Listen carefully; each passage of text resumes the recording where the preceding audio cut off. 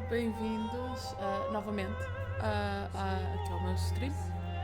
Vamos continuar com o jogo do Mascarada, Songs and Shadows. Epá, isto hoje está bonito.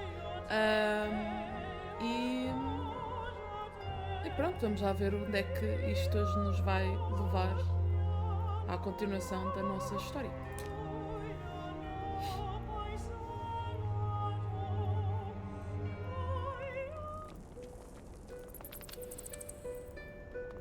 Where is he?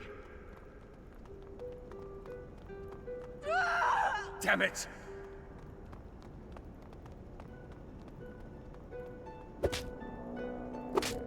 Tell me!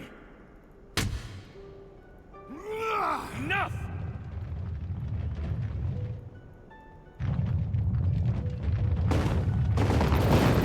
H's.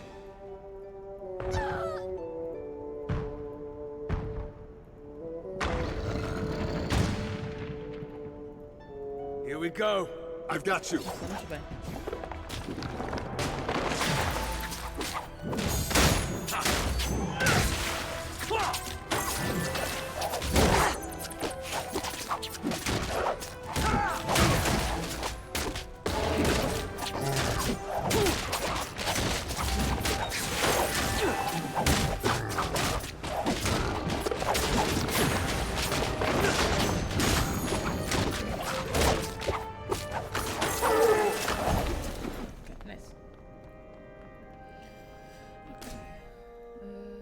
Ok, já tenho aqui alguns pontinhos que já posso aumentar, se calhar venho aqui para este.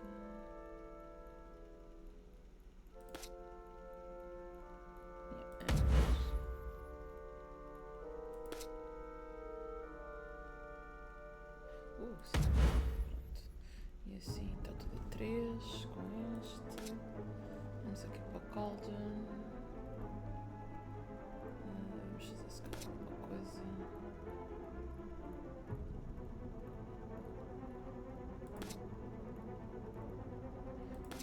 Não tens aqui já uma coisa que dá o water tag?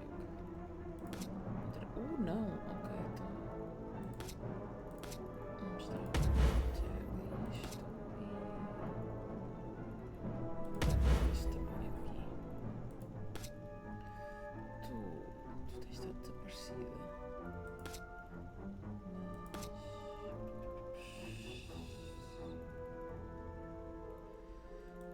Se tens alguma coisa que dá a fire tag ou nem por isso? Não, portanto.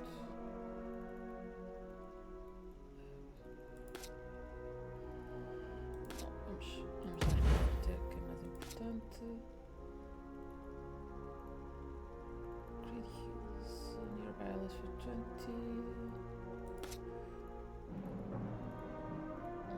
Israel, sobretudo.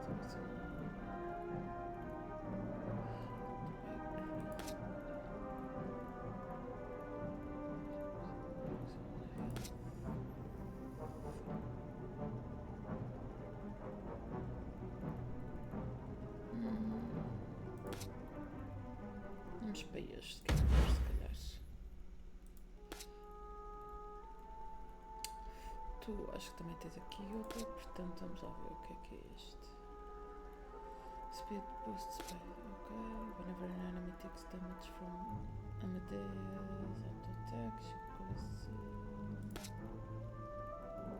vamos para este que é o requisito e.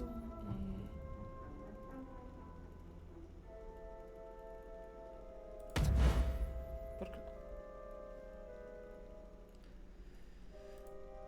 Pronto.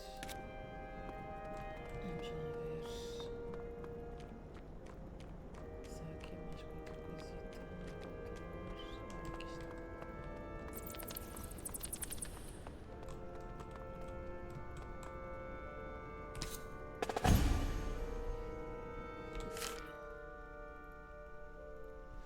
Dimenticate architecture. High arches, angles everywhere. The inscriptions into the stonework even were irregular. Meu Deus, não sei falar. Even were angular. Precise. Is that what the ancient people were like as well? I could just imagine them. All lines and rows of discipline. Even the Lucas orders, with their strict rows of golds, would hold nary a candle to what I imagined the Dimenticate to be. Our voices echo through the chambers, the very same chamber through which the voices of the people before us had once resounded. What would they have thought of us? I wondered. Us, who wore their ornaments, who trapezed, suponho que seja isto, on the bones of their lands. We do not belong here, whispered Corvus. We have few superstitions in Ombre. Corvus' Zoric blood seemed to have granted him an inheritance of them, however. These walls, they're watching us. With what? The eyes of the dead? Riva smiled. Corvus, my dear, it's been thousands of years. And still their gazes rest on our shoulders. Still, their ears press against our lips. He said, turning back to the broken pillars and shattered walls. Can't you feel it, these walls? They are more than stone and dust. These had once been the skeletons of a monument. How majestic these halls must have once been. How much power must have coursed through their corridors. These stones, they have seen more grandeur in their lives than we will in all of our combined.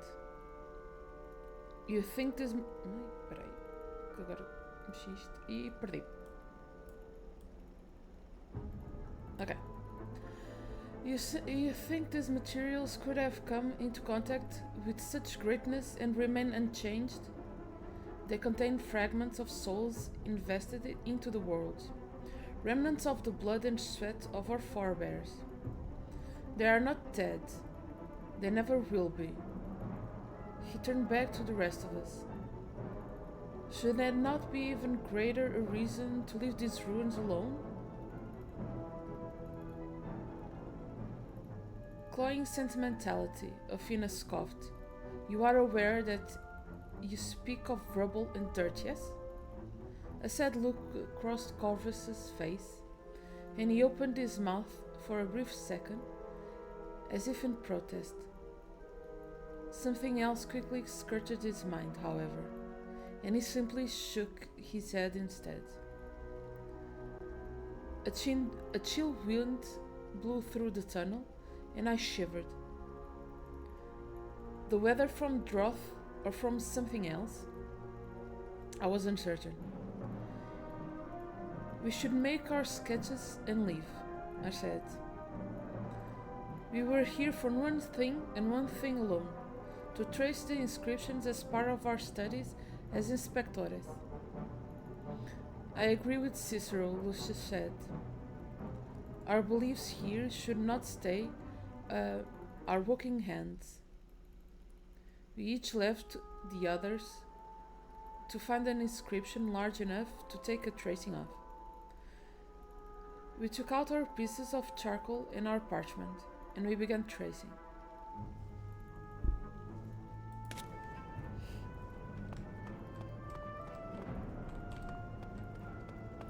Mascarada. Oh. Não é assim muito feio. Ora bem, vamos lá.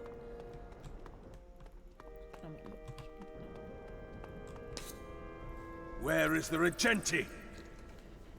Lady, deliver me. Answer me!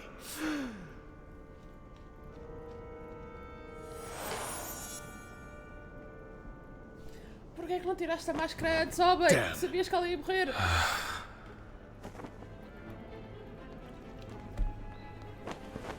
Here, look. What is it? Razatov's. I'm surprised it survived, considering what it went through.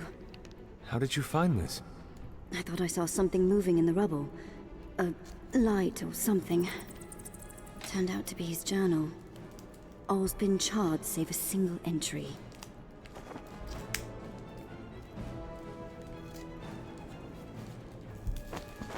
My instincts were right. Aechian Siun of the Air Nuarth was the time when the god of the Dementicate, Breog, gifted them with the artifacts, the Treror. With them, the Dementicate expanded. The evidence of what the artifacts allowed them to do is all around us. Masquerines. Their god allowed them, taught them how to create Masquerines, using the 3 artifacts. And I know how to find them. He actually did it. I believe our agreement has come to an end. That's it? What? You expected me to follow you? It's not about following me. This is a breakthrough, Amadea. The very fabric of the city will unravel because of this. Then go. Be excited. I thought you'd want to be part of it. Goodbye, Inspettori. Goodbye.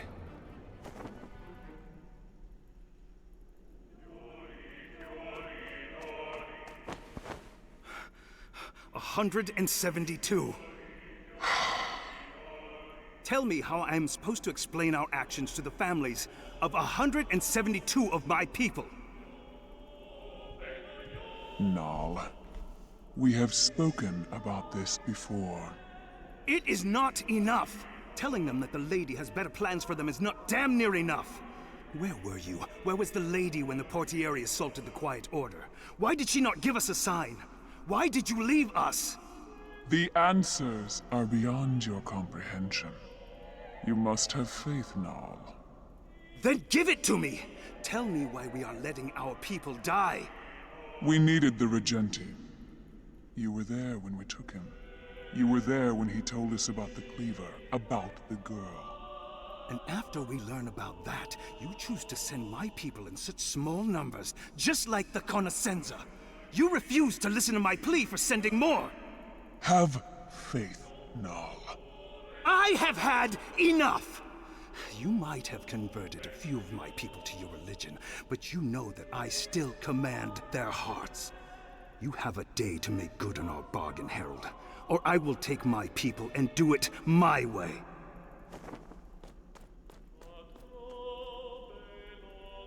Oh, the plot thickens. Why didn't he tell me? Perhaps he intended to, but didn't get the chance. Ugh. If he spent days, weeks even, in those stupid ruins, why wasn't I informed? Can't believe I trusted such a fool with something so... Razatov wasn't a fool. No? Then why is he now in the hands of rebel scum? He found what you told him to find. More even. So where are the answers? What are your plans? There's only one lead left. The masked runners who have him. They need to be contacted. A channel of communication needs to be set up. And how are you intending to do that? To Cicero Gavar of the Cavalli Fields, Hyacinth District. You have been summoned back to Omber, the request of the Verone.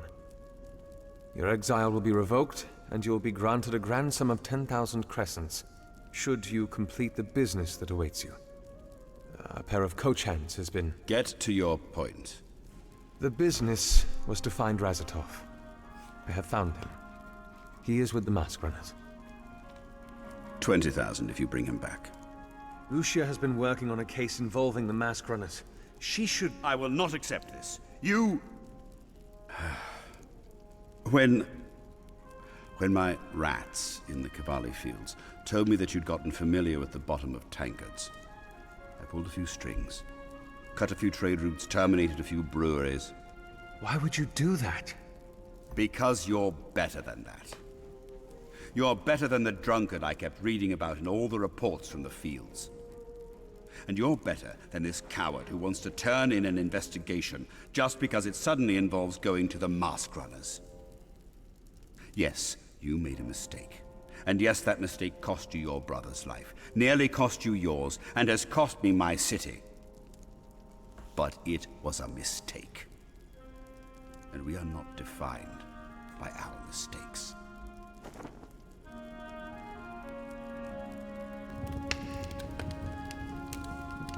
Cicero! Let them burn. If I'm doing this, I'm not using some pathetic hand-me-downs. I'll make my own notes, thank you very much.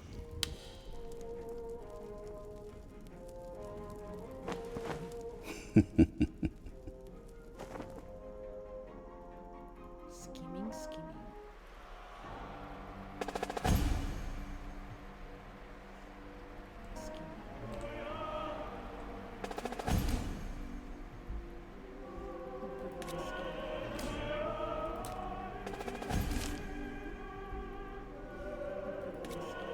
Calden, Ezra's... 6. 6? Sim, 6. Calden, Ezra's... 6. 6? Sim, 6. Calden, Ezra's... 6. 6? Sim, 6.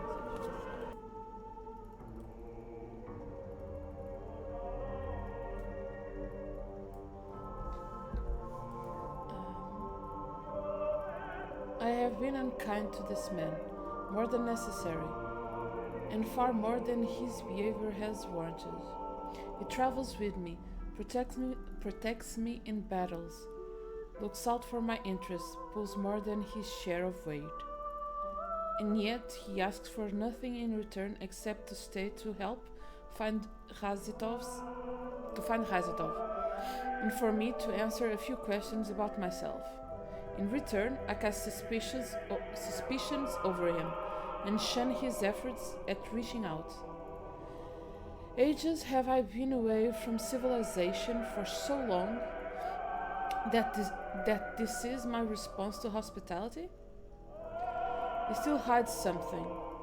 That much I am certain, but perhaps I have been wrong to treat him with such wintry temperament.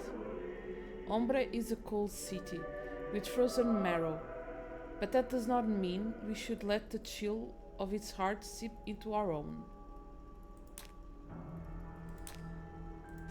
Amadea Invidias 3. After all that's happened, after all that we've discovered, I cannot say that I am unsurprised at her departure. For a woman who claims to be invested in the histories of the past, it makes no sense that she would just take off like this. If she had other leads that she would be willing to pursue, then perhaps I would be less surprised. But so much of her work has been destroyed. Where else does she plan to go? What else does she plan to do? That's going to be more fulfilling or shows more promise than the leads that we have. It is frustrating, truly, that such a great resource has left us. It sounds callous, indeed, that I would simply refer to her as such, but from the way she has behaved, I'd reckon that she'd be glad I'd chosen such a word. She's intentionally kept as much of her heart out of this as possible, and I'd respect that decision. Let her leave her heart out, but there must be some way to at least bring her head back into this.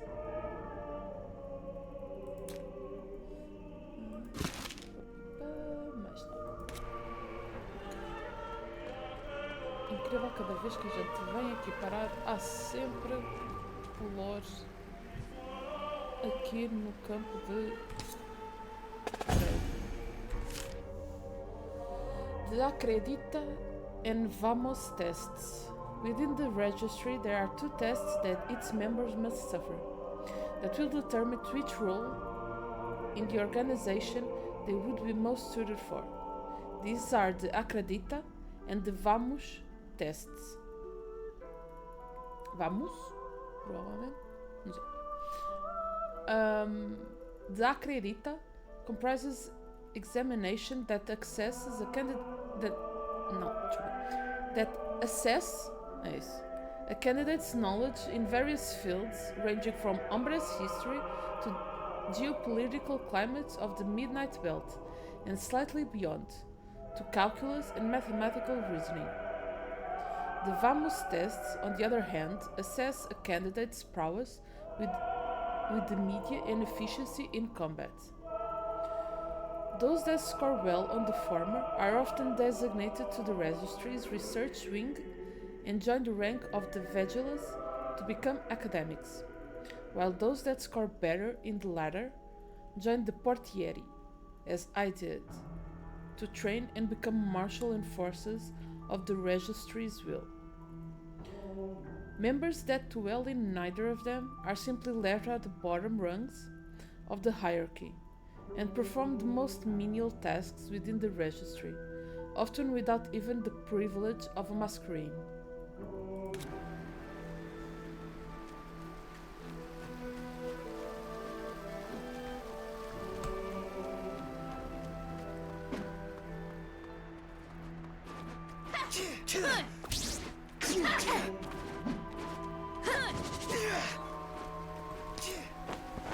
Where is the mariner?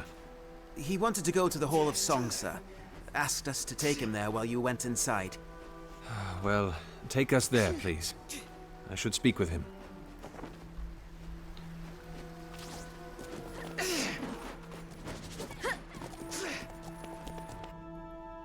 Really, Ricardo?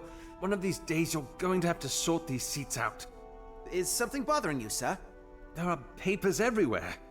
Papers? My brother does like his notes messy, sir. Well, take it from me. You could... Hang on. Now, what's this? What is what? History of Medea. Summarized points. Oh, sir, you weren't supposed to find that. Please just... Another one. Calculus. Quite a few formulae. These are rather small for notes, aren't they? What, Ricardo, are you... Making a cheat sheet? What? Oh, no, you're not so... You're not going to report me, Inspector, are you? I failed twice already. Depends. If you can find me a place to stay for the night that's free from the mire of politics, well, I'll consider. Really? Oh, well, all right then, sir. Prepare to be, freed of the mire of politics, I mean.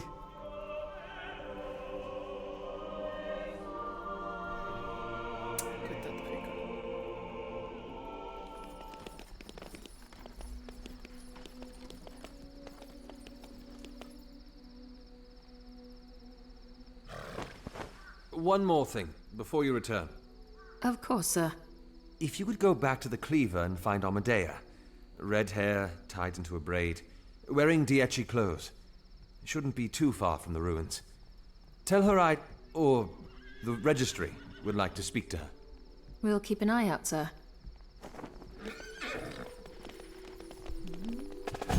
Send something. The Hall of Songs. Shortly after the clearing of the Black Crib, the Vegulas, who were to become the songstress of the Cite, decided to construct a monument to protect the tree that had been unearthed, and to provide a sanctuary of a sort for the troubled citizens of the country. Thus, the Hall of Songs was constructed, and today it serves as the house of the nation's legacies and a favorite place for uneasy souls to find solace.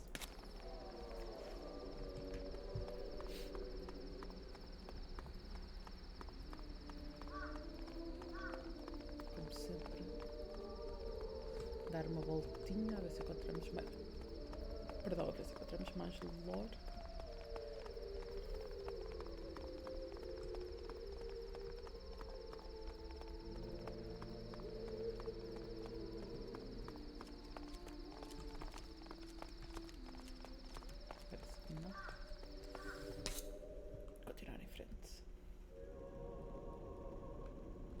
The Hall of Songs.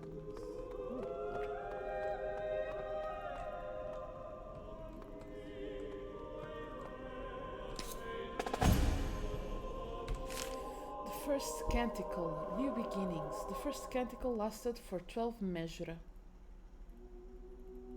1 a 48 L. And ended shortly after the construction of Prima Campa. During the first canticle, Ombre was principally a fishing village. Principally. With most of its residents living close to the shoreline. There were fewer fae the farther they went, they were from the ruins. But they wished to stay close enough to the Sierra Verde, for it was most abundant in Mascarenes.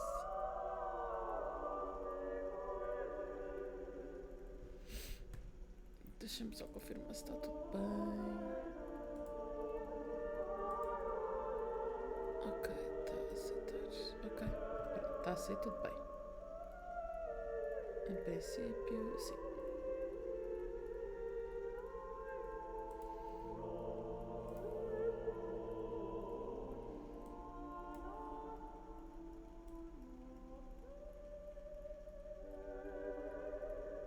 Ok.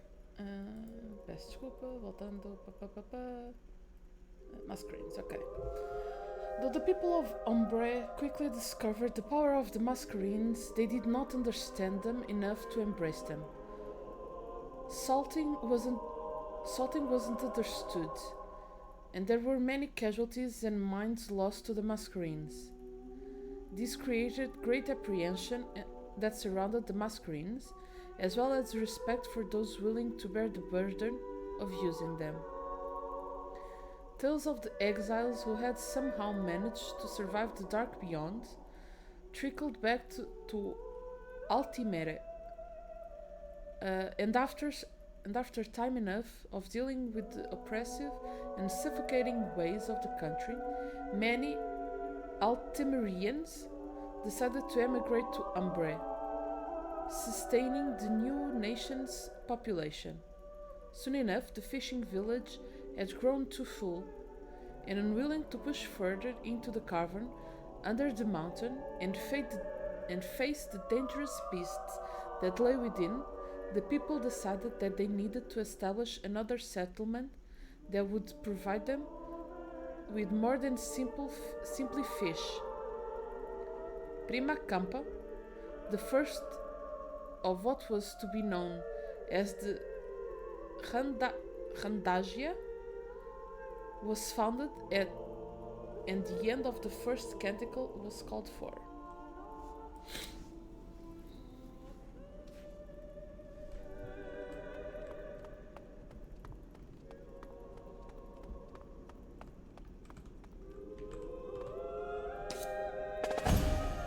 Okay, second canticle, Fertile Fields. The second canticle lasted 18 measura, 49 a 120 EL, and is considered by some to be the most peaceful of the canticles. Life during the second canticle was simple and revolved mostly around agriculture and feeding one's family. There were no wars with other nations and little strife within the country itself. The Randagia continued expanding as the city remained stagnant, and the relationship between the two was warm. They were, after all, part of the same country and believed that the other deserved as much as they did. The portieri were established in order to protect the citizens, both of the Randagia and of the city, from the Fae.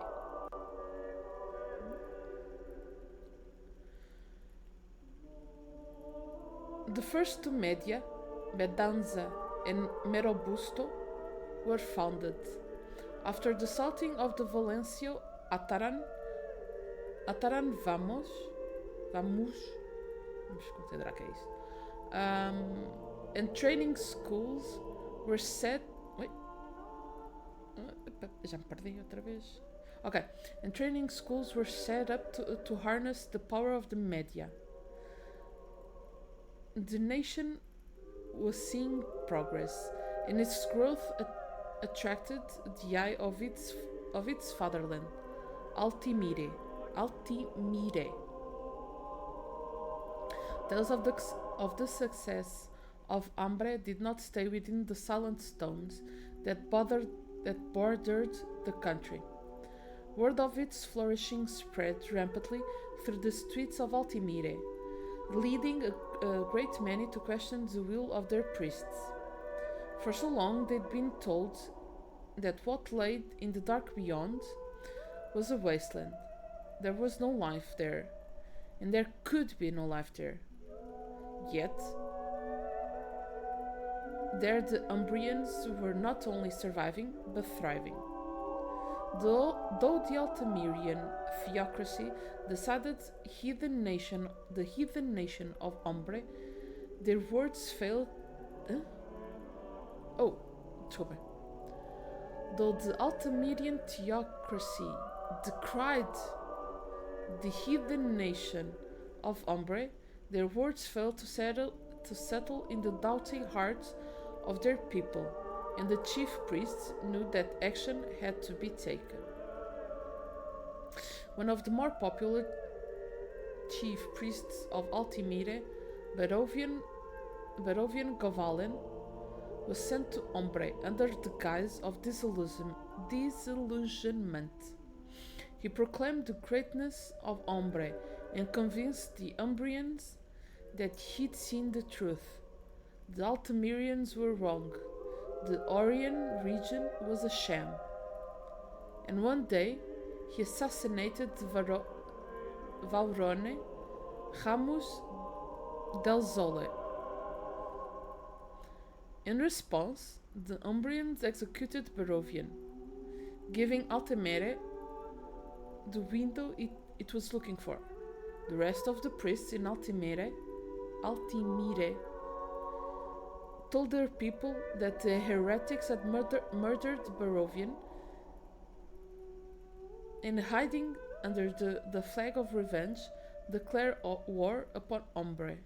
Thus, the March of Broken Songs began, and the second canticle was declared over.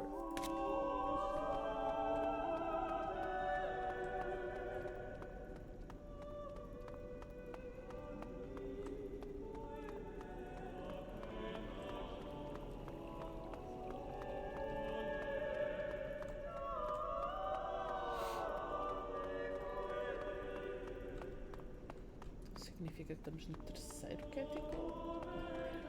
Talvez não. Portanto, viemos dali. Songstresses. The songstresses of Umbre are the keepers of the Cité's soul, in charge of singing and storing the legacies of the Mascarada. The songstresses are the most venerated of all in the Cité, and are respected by the callers of the Mascarada.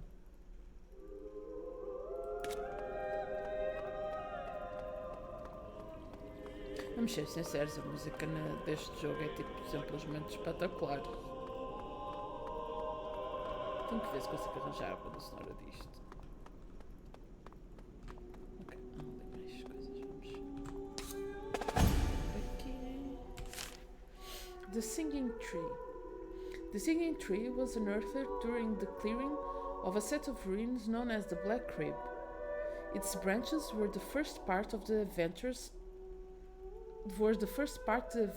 saw that hinted at its presence, and which prompted further excavation. When the tree was fully unearthed, what surprised the Vegulas the most wasn't the sheer size of the tree, though that was indeed impressive, but rather the fact that it was still alive. How long it had been there, none can say for sure. But for the tree to have reached the size that it has, the Vegulas suspect it could perhaps have been around since the time of the Dementicate, In the half century or so since it has been uncovered, the answers to the questions of its longevity still remain shrouded in mystery.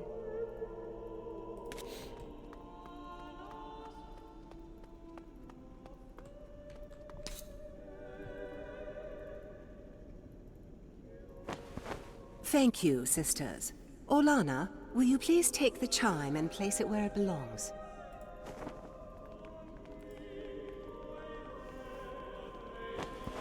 Mirabas? Cicero? It's been a while. Oh, Cicero, it is you. Come here. I never thought. Why have you returned? Business, I'm afraid. I cannot speak too much of it. I understand. But here? Have you come to listen to some songs? No. A friend of mine should be here. A mariner.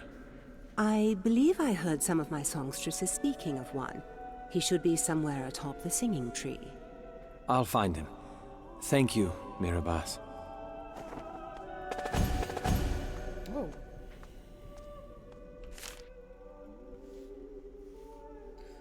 Vocifers and chimes. During the excavation of the Black Crib, the discovery of the artifacts that were to be called chimes and vocifers was unremarkable at first.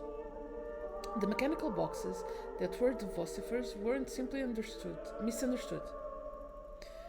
They were considered aesthetically displeasing, having strange lines etched into its material that jarred when set against the curves that were so common within Umbric art forms. Eventually, however, even enough research had been conducted into the artifacts that individuals realized the chimes. Eventually, however, when enough research had been conducted into the artifacts, individuals realized the chimes, when placed inside a vocifer, could hold and reproduce the songs that were sung to them. They changed Ombre. For the longest time, songs had meant so much to Umbrians. They were the epitome of what made them different from the Altamirians, a central aspect of their identities. And when they realized that their songs could be preserved forever, the chimes were bestowed with a status so sacred it was almost as though they were revered. It was as if the Umbrians had developed a religion of their own in their attempt to stay as far away from the fanatic piousness of the Altamirians, though the legacy system had no gods or pantheon. It is still taken incredibly serious by Umbrians. Oh.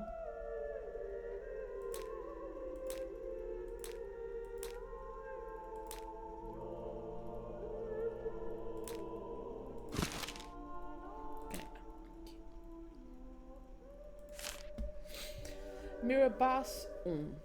There are few people in this world that my heart leaps at the thought of meeting, but Mirabas is one of them. She and I have a long history together, a history that began the night she saved my life. Este homem tem muita gente a salvar-lhe a vida. I suppose that seems to be a theme in these tales. People saving my life here and there. But I suppose in a city of death and shadows, one doesn't spend 3.5 decades living in its streets without brushing death. To simply refer to her as the blind leader of the songstresses is to do her a disservice. She is more than capable despite her blindness, and more than kind despite her place among the Mascarada. But to think that due to her possession of magnanimity, she is incapable of darker things is also foolish. Those who harbor such sentiments have yet to truly be welcome to Ombre. Power in the city, no matter its form, it's never won with clean blades or, in her case, untainted voice. Mirabeau's history is long and not without complications. She wasn't always blind, and she wasn't always a songstress. She doesn't often indulge in the telling of the two tales, and most in the city, are too preoccupied with themselves to bother inquiring. But there are others in the city who, having nothing but time on their hands, have been tempted enough by curiosity to ask. When I'd first posed the question to her about how she lost her sight and how she'd risen to her current position, I hadn't expected both questions to be answered in a single tale, much less braced myself for the Odyssean narrative that she then unleashed upon me. It is a story far too long to recount in these pages, but suffice to say, it contains great love and great losses of all kinds. The convoluted dramatic weave that their entwining has created has never failed to astonish me. I believe even in the greatest storytellers of the region would have to spend night after sleepless night in search of so tragic yet hopeful a muse as a seed to fabricate such story. Perhaps one of these days, when all of this blows over, I shall encourage her to pen a book of it.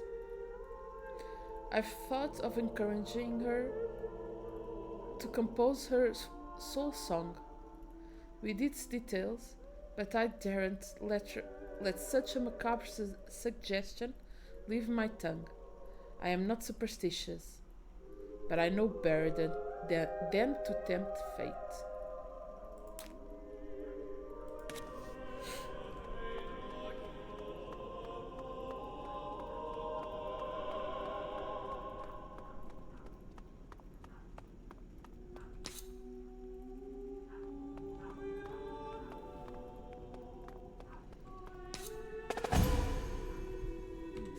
Songs and legacies. When the first left Altamira and established Ombre, the first thing he did to distance his people from their pasts was to embrace what Altamirian culture had considered hidden: the arts. In the aseptic Orion region that Altamira followed, the arts and the outward display of emotions were considered pathways to corruption. The human soul was intrinsically foul, and connecting with and expressing base desires and urges was only going to poison the mind of people.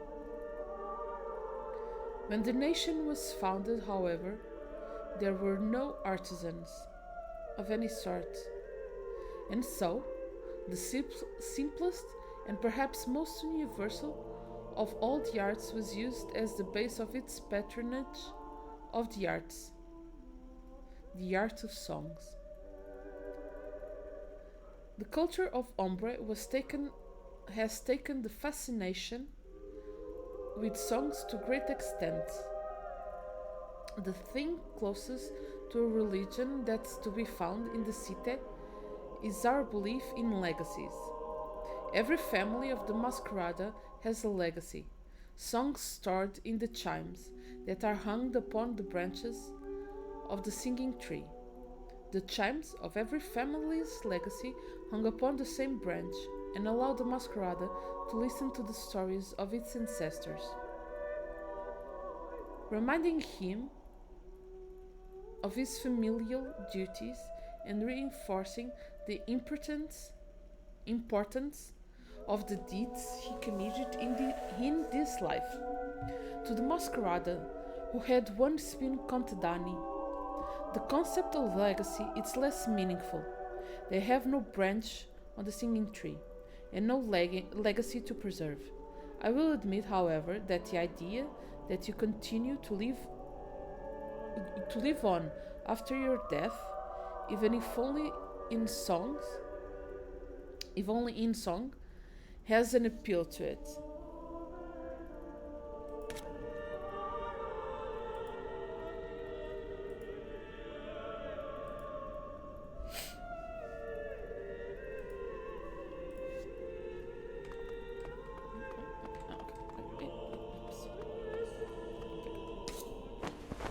I'm sorry. A strange choice of greeting. That mask runner. If I hadn't done what I did, maybe she wouldn't have died. She wouldn't have been the first mask runner you've killed. It's not about me. If she was still alive, maybe she could tell us where my brother is. Or where to find the artifacts. You heard. And learning how to create masquerades again is huge, I know. But somehow, compared to finding my brother, I say that I'm scared for him, but in the end, it is I that undermines our progress to find him. Razatov is that much further away now. 5 years ago, I was put on an investigation that led me to discover that my brother had been siphoning masquerades out of the Hall of Bearings. I didn't join him in the endeavor, obviously, but I let him go. When the registry found out, and word spread, the consensus at the time was that I had to be punished. Death by hanging was the easiest option, to remind the others what awaited them should they ever place their hearts above their duty. It was your brother that sacrificed much of his clout to negotiate the terms of my punishment. He managed to reduce it from a death sentence to one of exile. Your brother saved my life, Calden. I didn't know that. We'll get him back, Calden. On your Mariner's moon. I promise that. Thank you.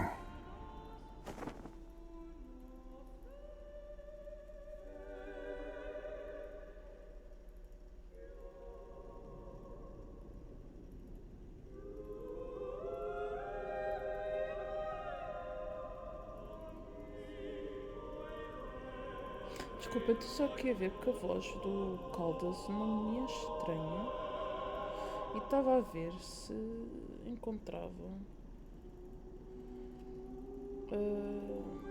outras coisas que ele já tenha feito.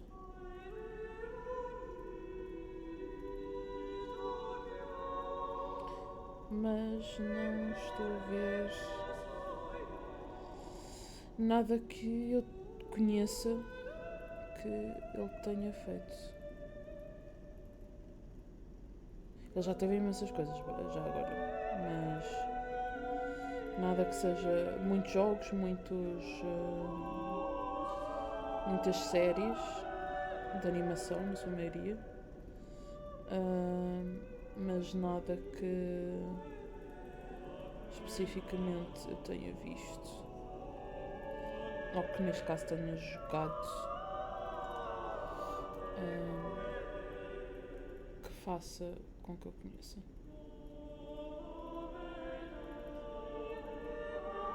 E sim, para quem reconhece a voz do Cicero é o Matt Mercer.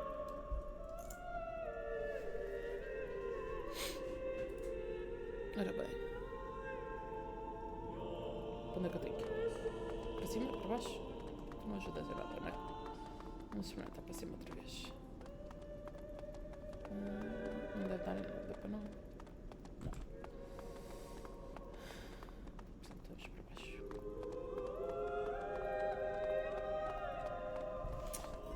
Só um bocadinho que...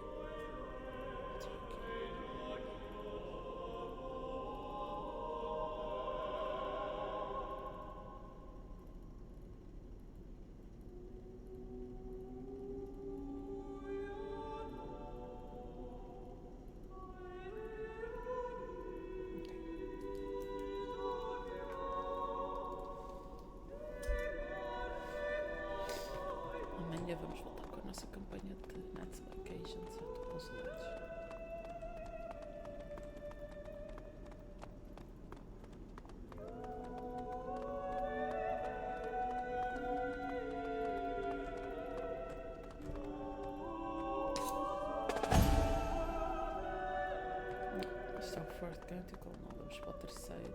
Primeiro.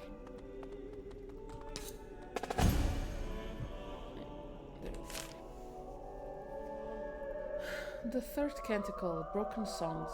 The third canticle might be the shortest of the canticles, having lasted only 4 measura, 121 a 136 EL, but might well be considered the most impactful of them all.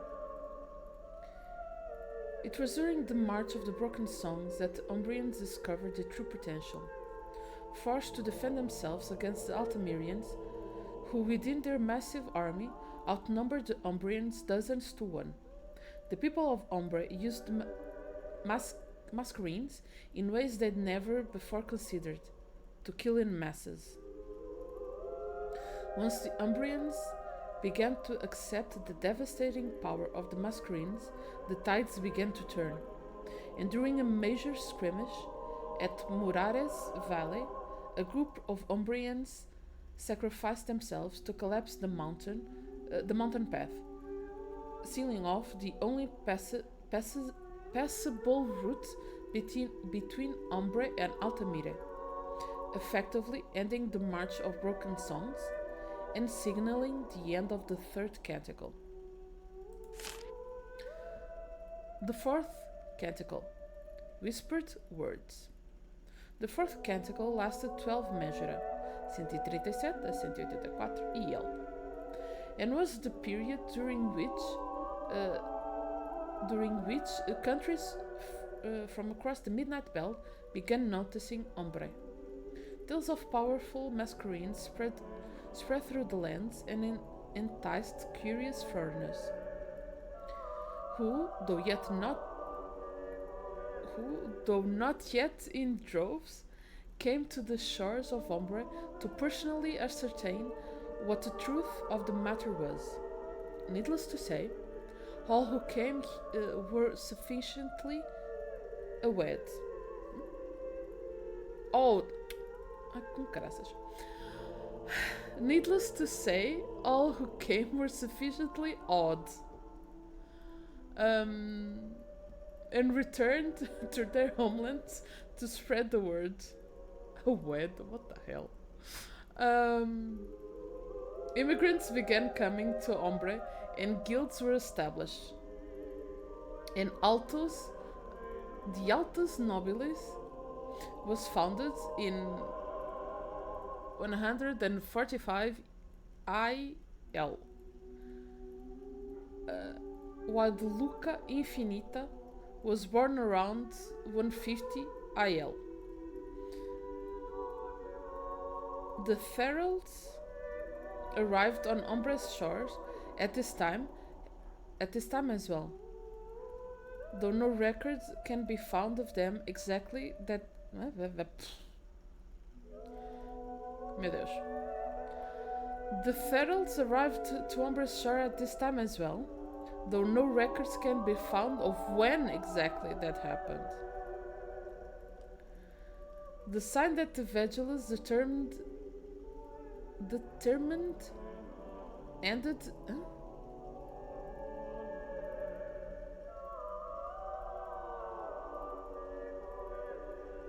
The sign that the Vegelus determined ended the canticle was an auction. Oh, okay. Determined ended. Acho que falta aqui qualquer coisa. Was an auction in which Cerro Ferald's painting of his family's crest, emerald serpents crossed against the Black Sea, sold for a record-breaking number of crescents and established the arts as a proper source of revenue. Finally, the great artists that Umbre had dreamed of since its inception had arrived, and the canticle was brought to an end. Oh, isso quer dizer que temos mais do que... Quando é que é isto passado? Em quem é que estamos? Acho que não dizia. Espera, é aqui. Ok, está aqui. 407 IL. 407 IL. Isto foi... Este último Vertical foi em 184. Ainda faltam muitos. Ok. Onde é que estou? Calden? Tides. Who is that? Calden! Please, Orlana. Every marshal that I've spoken to says that you knew him well. Calden, who is this? Inspectore, my name is Orlana Corvale, songstress of the Hall of Songs and sister of Jax's Corvale. Orlana, do not involve the Inspectore, please. I had once tried asking the registry for assistance, but they turned me aside. Perhaps you will be kinder. Orlana, you must move on. How? My brother is dead, and I know not why or how, and the only lead I have refuses to answer my questions. There is nothing to answer. And so I approach an Inspectore, who certainly could do a better job than I. Cicero, we have no time for this. Let the Inspectore... Jaxus is gone, and no amount of investigating is going to bring him back to the shores of life. He would want you to move on. But please... Orlana. Calvin. A shadow of my past. We should go.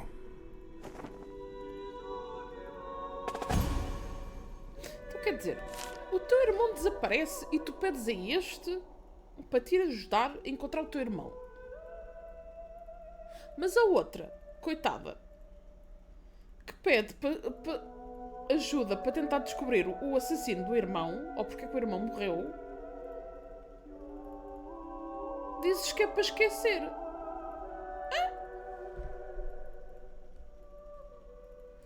Ok, Orlana Corvale. Corvale? Many in the city tend to think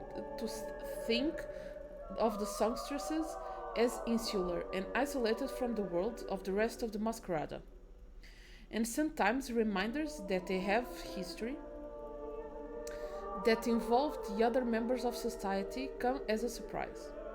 Such is the case with Orlana Corvale. She is not a songstress that I am familiar with, but evidently she shares some sort of history with Calden that involves her brother, Jaxus Corvale. I am concerned to say the least. I hope this does not affect our investigation, but being as familiar with the movement of events in the city, I haven't got a very optimistic prognosis. Espera aí. Onde é que está o Calden? Anda cá. I find most unbelievable that so little, considering the friendship that I've fostered with his brother, it would seem likely that they've changed towards the Calder before. But yet, despite that, I can barely remember Razatov saying anything to him. Hã? Os seus irmãos, o Razatov e o Calden?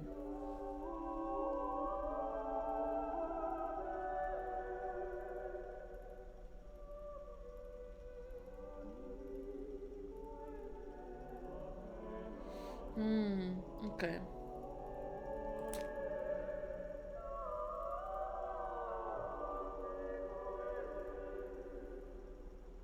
Minha aposta é que o Calden matou o irmão da Mira. Da Mira não, da Orlana.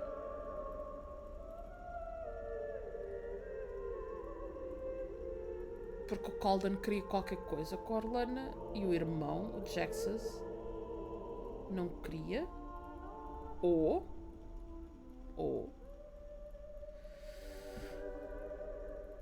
o Jaxus, o Calden descobriu que o Jaxus era um Maskrunner.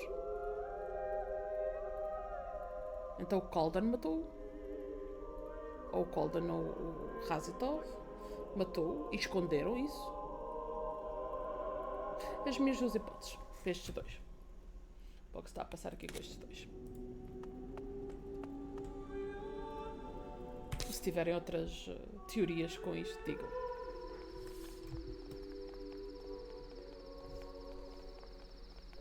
Oh, não vais falar.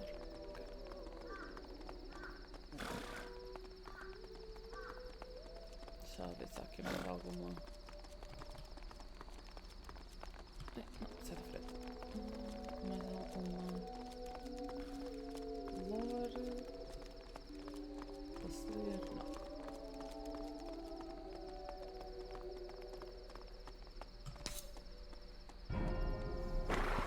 What is this about? No greetings, even? Stop wasting my time. All right. I want you to be a part of this investigation. What? You have expertise that my team is lacking. This is not a good idea. I can pay you 1,000 crescents. You don't have that kind of money. I will once I finish my job, with your help. Amadea, what is stopping you? Mascarenes, the blood of the city. This is our chance to find out where they came from. For centuries, the histories of the land have been enigmatic. For the first time, that curtain is being lifted. Fine. Really? Do you want me to back out now? No. This is good. Thank you. Now, where are we going? Toth, found us a place yet? Yes, we did. We think you'd be most pleased with it, sir. Well, let's hope you're right.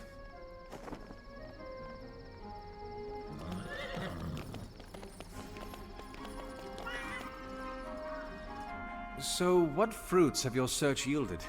It's a place called the Estiguary, sir. Is it crowded? Not at all, sir. In fact, the place is practically barren, save the people who own it. The owner said the war's done a toll, but he's more than willing to house us for the night. For as long as we want, in fact. Generous. How much is he asking? He said it depends on who we bring back. Of course he did. I wouldn't put my trust in anyone who didn't hold a bargain. I'm glad you think so, sir. We're just arriving.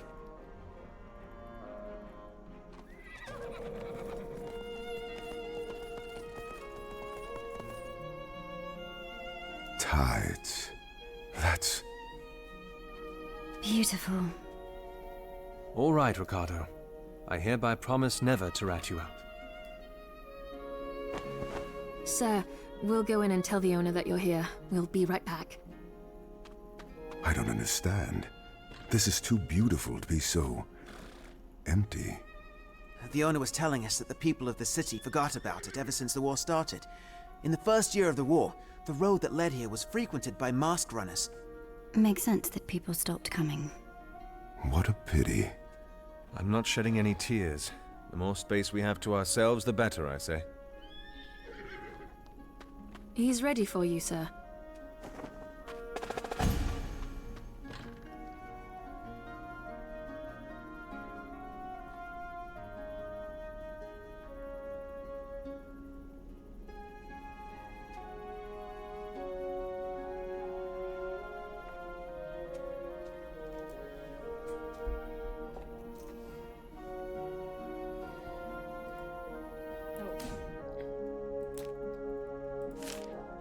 Amadea Invidious 4. Ever since meeting her, I have yet to be unsurprised by her actions. First, she exhibits traits and mannerisms none would expect from a member of the Dieci. Next, she proclaims a great interest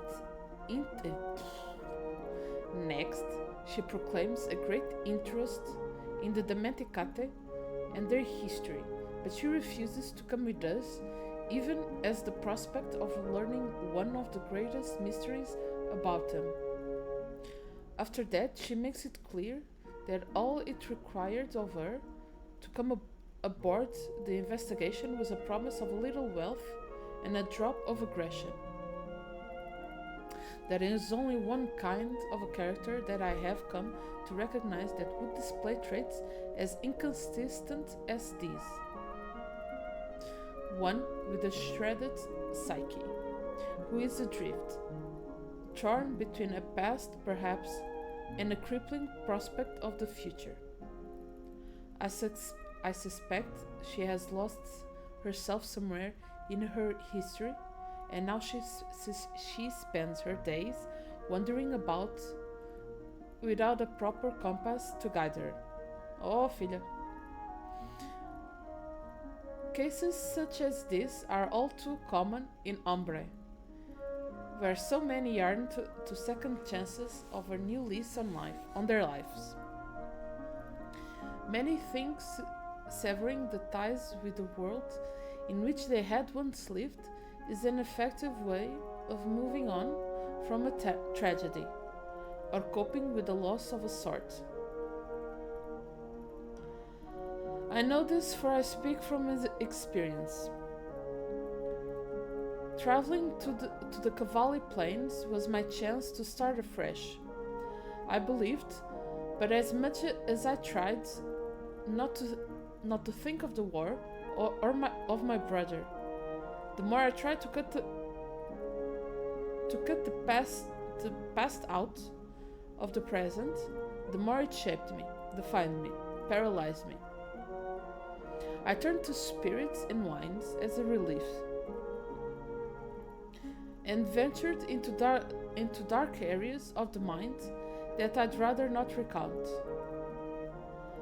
I did all this, and still it was not enough, and now I see hints of a similar situation in her. I am not intending on bringing her along so that I can act as a counselor, but if I might be able to provide a relief of some sort, the path that I once tread is a path that I'd like to see no other's journey on. Esta gente toda precisa de counselor.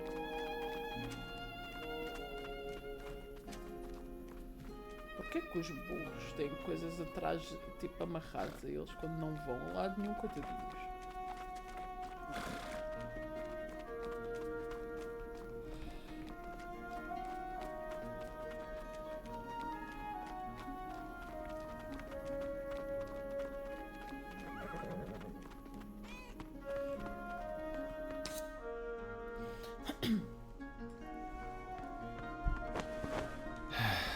Right. Let's see. Hello, Ven. Wait. You know each other.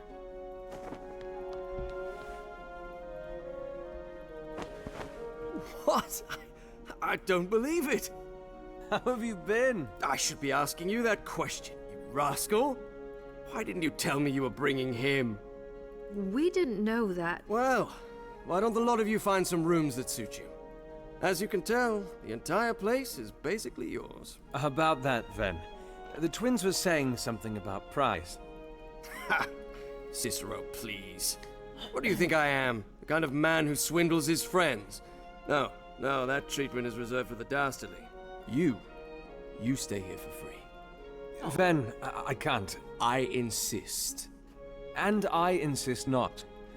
You will take something, or I'm afraid I'm going to have to walk out. All right. But remember, you insisted. Now, please, the... Ages, Lucia. You had me worried. Is this a bad time? I was out in the Pale Isle when I saw you leave the spire. I hope you don't mind that I followed you. I thought it'd be prudent for me to offer an apology. The rest of you, call it a night. Get a room, get comfortable. I'm certain Leventhus over here can get you all settled in. Definitely. We won't disturb. Promise. All right. About suggesting that Avestus call you back, Cicero, You can pay me back by telling me all you know about the mask runners. Sorry? Come on, you're hard of hearing now. You said you were investigating them, yes? Unbelievable. All right. Over drinks? Sounds like a plan. So, first things first. This herald.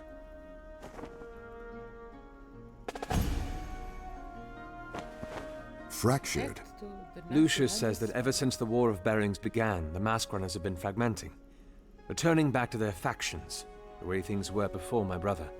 And which faction has Razatov? They call themselves the Dactytes. They're the ones we met at the Quiet Order. led by the Herald. Exactly. And what do you plan to do?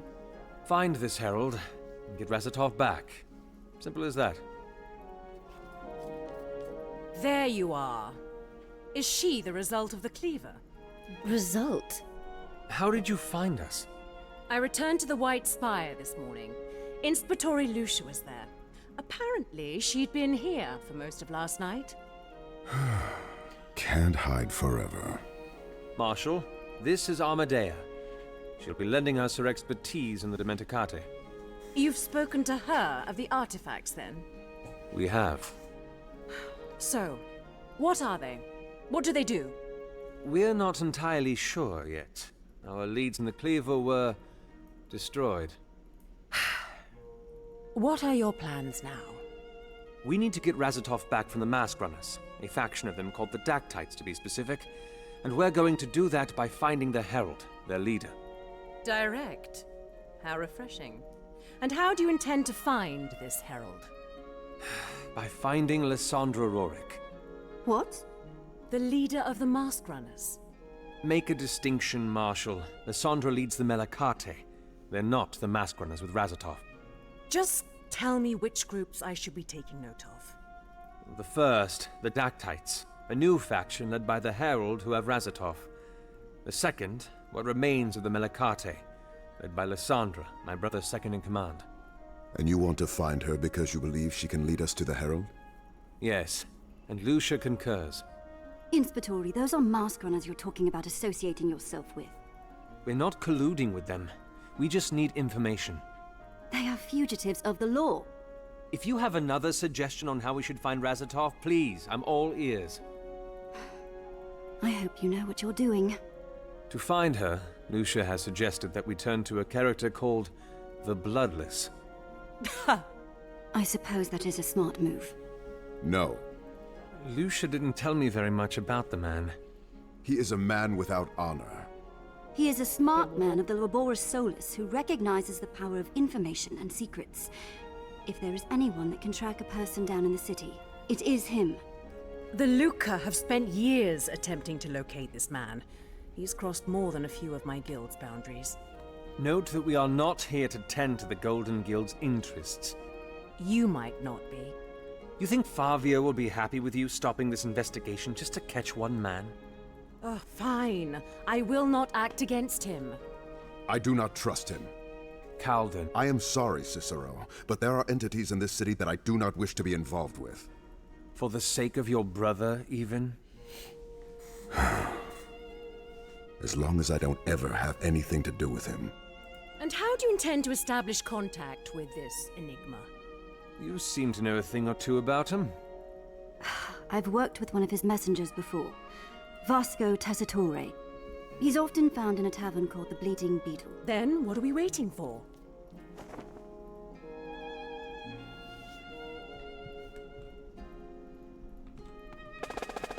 Whoa.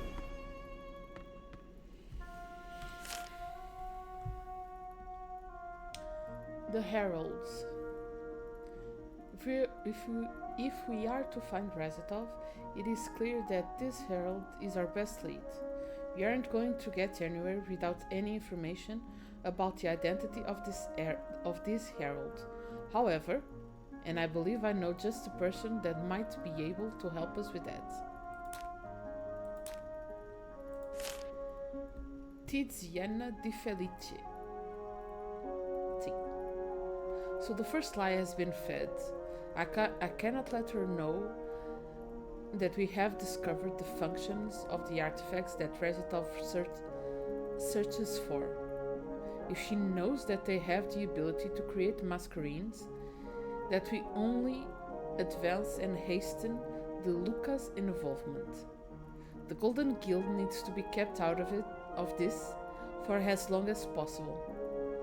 I am not unfamiliar with the toxic rewards to be reaped from a lie sowed, or how quickly and violently the deception can destroy acquaintanceships if left to fester. I expect that you will not be in the least bit pleased when, or if, she finds out that we have been keeping this information from her. But again, I cannot let that interfere with the advancement of the investigation. You do what you must, Marshal, and so will I.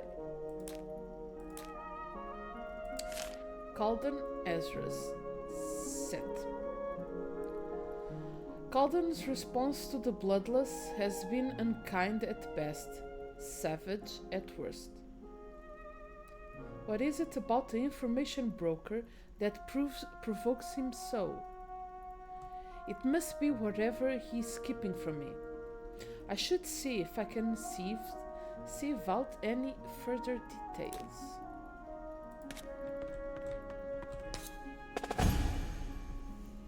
Sierra Verde.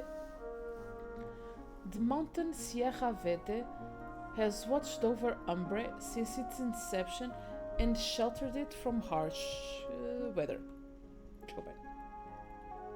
None have been able to explain the strange wound in the mountain in which the city nestles cozily, or how the mountain is still able to stand despite the gash in its base.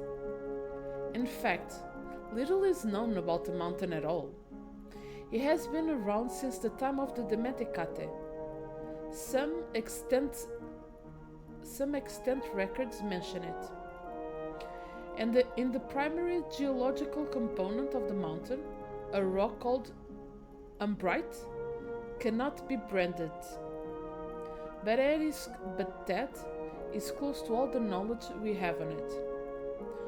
How the mountain came to be, and what relationship it had, and perhaps still has, with the lands around it, still remains a mystery.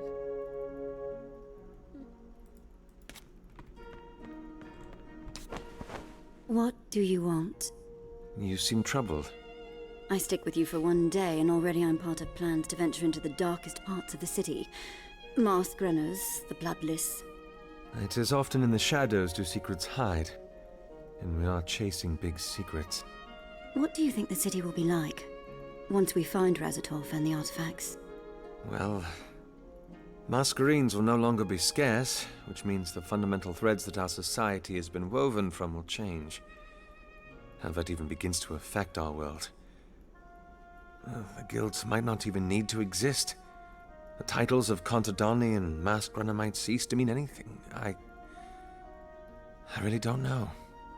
I suppose we'll find out.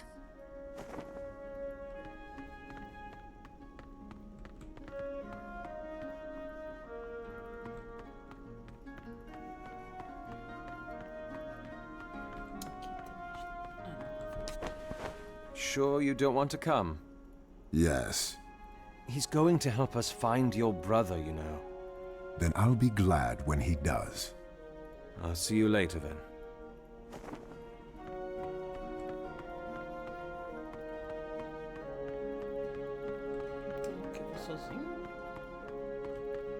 Eu vou só com a madeira.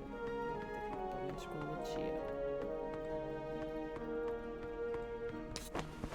Ven, are you still interested in that hobby of yours? Collecting stones and fine metals and all that? I haven't changed that much. Well, have a look at this, please, and tell me all you can of it.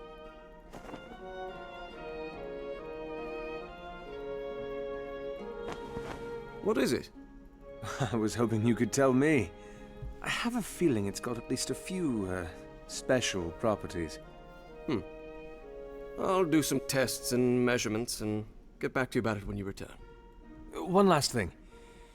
Don't tell the Marshal about it, if you could. My lips are sealed.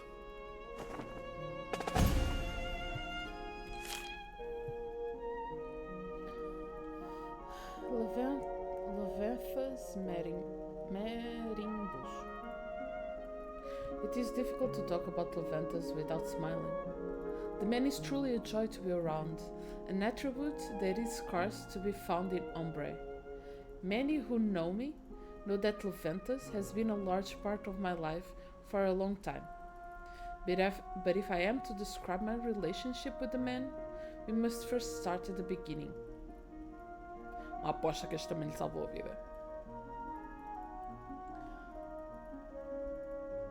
Runic just off the waters, Cyrus subtly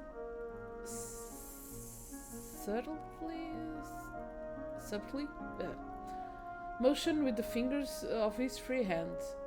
He held the digits of his signing hand just beside his ears, so it looked like he was playing with his hair or picking his nails. It was a decent enough cover for communicating with the street signs.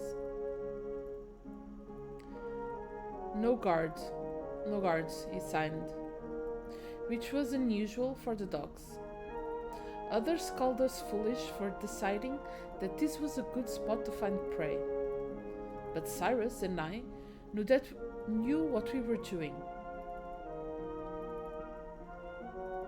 The fact that there were often significantly more guards at the docks than there were at the other notorious hunting spots not only meant that we'd have to deal with less competition, but also that the pilfering would be easier. Guards were just as aware of the reputations of certain places as we were, and they acted accordingly. Following my brother's gaze, I saw the man he'd been referring to. Tall and lanky, with the trademark ebony black hair and pale skin of the Runic people. Indeed, guessing by the style of the attire he'd chosen to don, he must have been here very long. He mustn't have been here very long. In his features, Runic people were infamous for their youthful looks. But this man couldn't have been any more than a decade older than I was. What was a young Runic man who I'd guessed had barely started his third decade in his life doing here?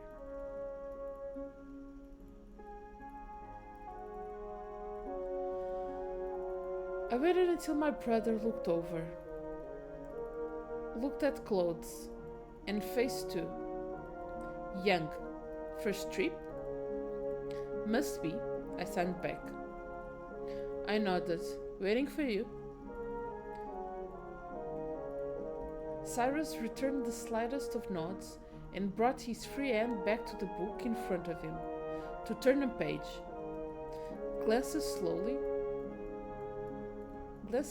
began falling onto my brother as he started to lower his cover.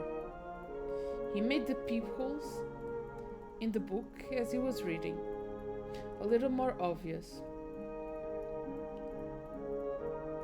He held the book a little higher and allowed a brown page or two of empty paper fall from it. To anyone who's just starting watching him, it was clear. He was a street rat. A lousy one at that, scanning for prey. They wouldn't do anything to him, not unless he moved.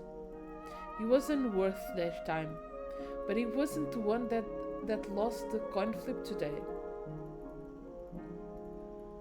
I shuffled to the crown, my walk filled with purpose.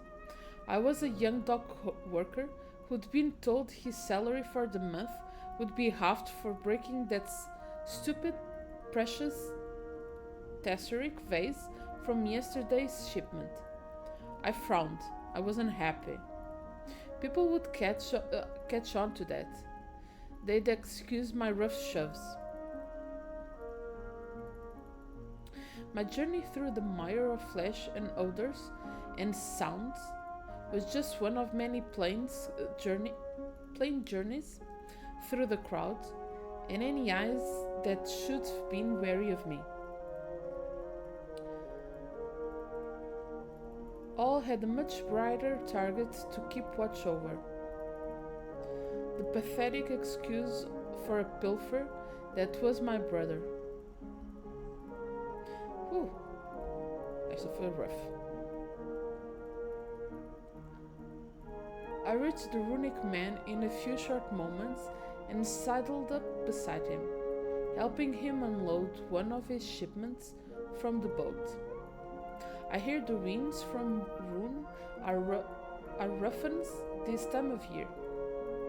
I grunted, burning my voice a little.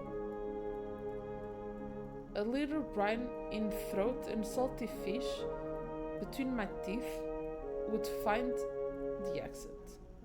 the accent.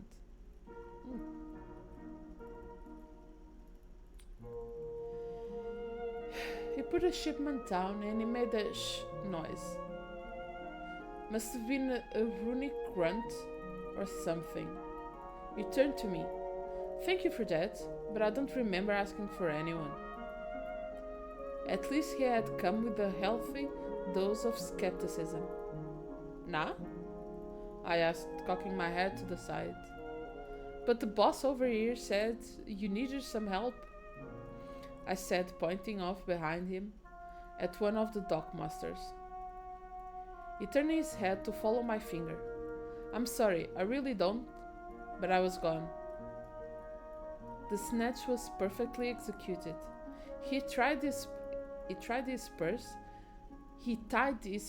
to his trousers with a typical runic knot. A simple lift of the knot's inner coil and a quick tug of the outer string was enough to release the catch into my hands.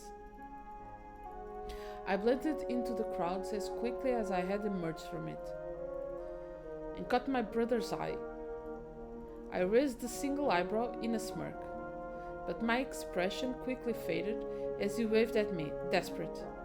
My grin quickly turned into a frown. What? Did I pick the wrong man? Purse. No. He gesticulated frantically. I stopped in my tracks. What was it? I looked down at the purse in my hands and cupped the bottom, feeling its contents. They were hard. I tugged open the strings and turned the pouch upside down as its contents began to fall into my palm.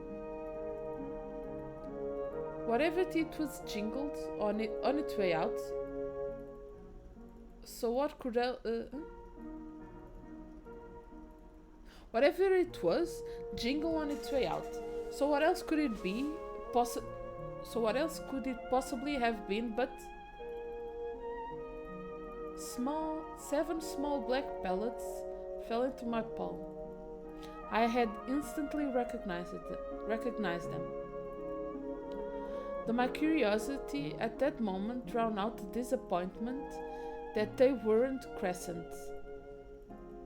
They had a distinct smell, and it scratched at some buried part of my memory.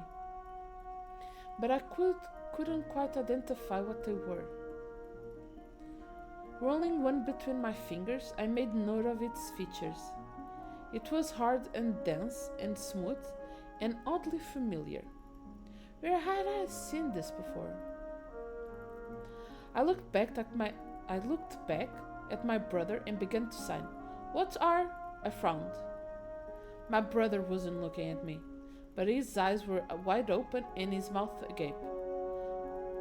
Why wasn't he looking at? I spun around and followed his gaze, watching as the shipment that I had just helped unload came to life. The lid of the wooden box shattered, sending splinters flying into the air, and people screaming, as a winged serpent, perhaps the size of a large dog, burst into the air. A viper tail. I looked back down at the pellets in my hands, and the smell almost overwhelmed me with recognition. Dried bloodvine seeds. Catnip of the viper tails. My throat parched very suddenly as I looked up to my brother and his moving fingers. Run! He hadn't even needed to sign that twice.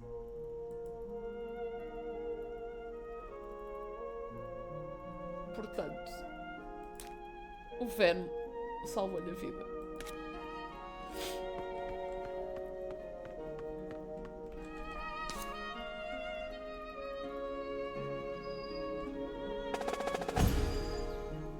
hoje. Vamos aqui. Deitou. Force Candera 407 EL. I never enjoyed writing in those sheets. Leather-bound journals have always been my preferred medium of note-taking. And if I'm going to commit to this investigation, then this is where my thoughts will go. A brief summary of the investigation thus far. Razitov has been captured by the Mask Runners while searching for origins of the Mascarenes and how they were created. His investigation led him in search of 3 artifacts responsible for the creation of Mascarenes, called the Heart, the Seed, and the Knife. Collectively, they were known as the Trejoar, the Trejoar. Vamos por aí. In the clearer, he learned that he knew where to find these artifacts. But our lead ended there.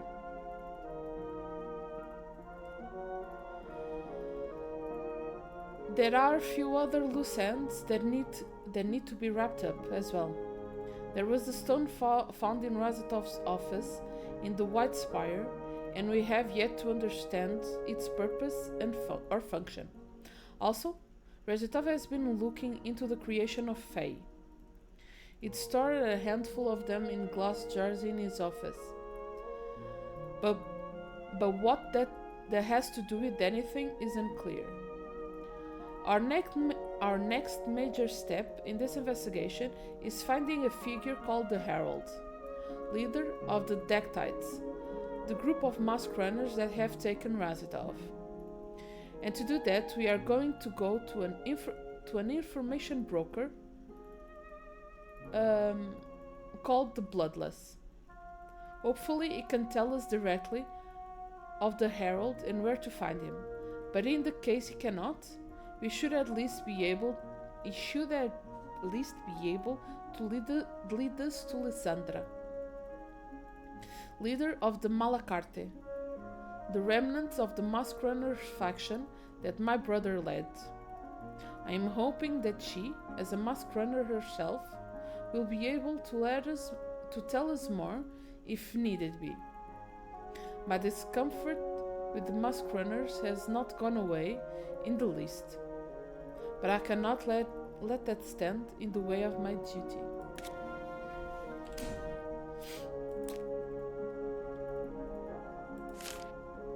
The Bloodless. I suppose it's finally time the shadows of Ombre coalesced into an entity. The other countries all have had masters of secrets for a while already. Some more publicly known than others. Tesserra has the Raisham, Rune has its Zeraya family, Hilesia has its Mindweaver, and now Ombre has the Bloodless. Of course, none of the true identities of the other countries' masters of secrets, save runes, are publicly pieces of knowledge. As an inspectore, however, I have access to these resources slightly more readily than most. All I can say is that it's a pity that this Bloodless hasn't made an appearance some years early. I imagine a substantial number of my cases would have been made much simpler had I this reportedly well-informed character to turn to. I am curious how deeply involved in the investigation he's going to be, and wary of the price he's planning of exacting for his assistance.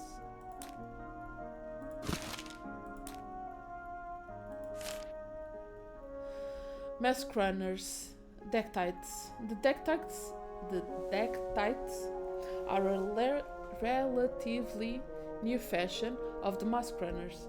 I'd never heard of them before my return to Ombre, and admittedly, am uncomfortable with this lack of knowledge. Hopefully, the investigation will shed more light on the faction, though at the same time I am hopeful that we do not have to interact too intimately with them.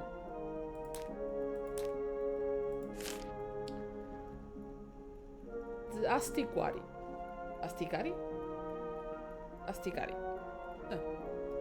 Located in the Shore of Shadows, the border between the light of the sun and the shadow of the mountain that moves across the city as the day progresses. The Astigari is an establishment that belongs to a good friend of mine, Leventhus Merimbus. I'd never seen it before. I'd never seen it before my return to Ombre. I am more familiar with the Leaping Lion, Leventhus' previous inn, but I must say that the Astigari's facades is appropriately reflective of its owner's personality. Despite being in the center of a dark city, the Astigari remains beautiful and warm. Leventhus is very much the same. Though he lives in a city of shadows and deception, he has let none of them into his art. Oh.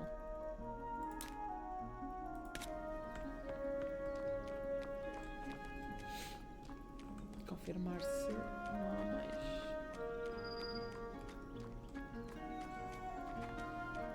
Lore para apanhar aqui. Não. Where did you go? Don't be stupid.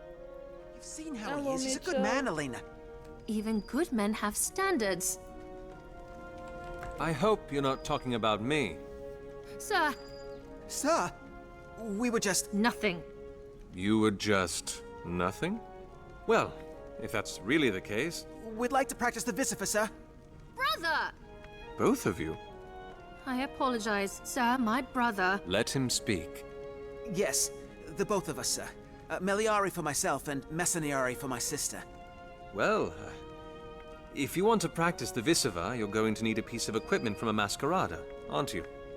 Yes, sir, but we understand if you don't want to do this. After all, we have nothing to our name and no credentials and... Will this do? Sir...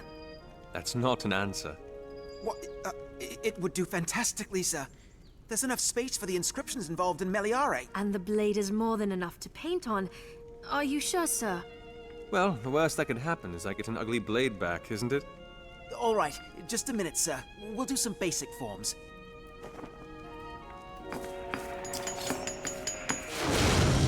Now, a moment of truth. The energies do flow smoother. It worked, brother! I don't believe it. Thank you, sir. Well, if there's anything more I can do... Sigils, sir. Anything that has complicated Dementicate symbols. I'd like to try my hand at the more complex workings. Well, I'll keep an eye out. And you, Elena? If you could find plants of the more exotic variety, I could use their dyes. A larger palette drastically alters the effects of Messaniare. I'll bring back anything I can find. Now, hold on. Since you're both trained in the Vicifer, you think you could handle this? Raw masquerines. I don't intend on getting bogged down with the documentation if I have to go through the registry's artisans to get these touched up. Sir, this is basic work. We can get these up to scratch in no time. Good. Until then, however, we have business to attend to. Where, sir? An establishment called the Bleeding Beetle. You know of it? It's one of our favorite haunts, sir. Excellent. Off we go then. Oh. Okay. Okay. The Vicifer, Meliari and Messaniare. The Vicifer revolve around aesthetically and enhancing the equipment of Mascarada. From their wardrobe to their weapons of masquerades even. In order to bolster their abilities. These augmentations take the form of engravings in meliare and painted symbols in messeniare, and both assist Mascarada, who wears the equipment to better channel their powers. The visiva are unique among the media, for the engravings needn't necessarily be performed by a person in possession of a masquerine. Yes, a masquerine is needed in order to benefit from the augmentations, but the actual process of the application of such enhancements can be done by even contadani, however rare that might be.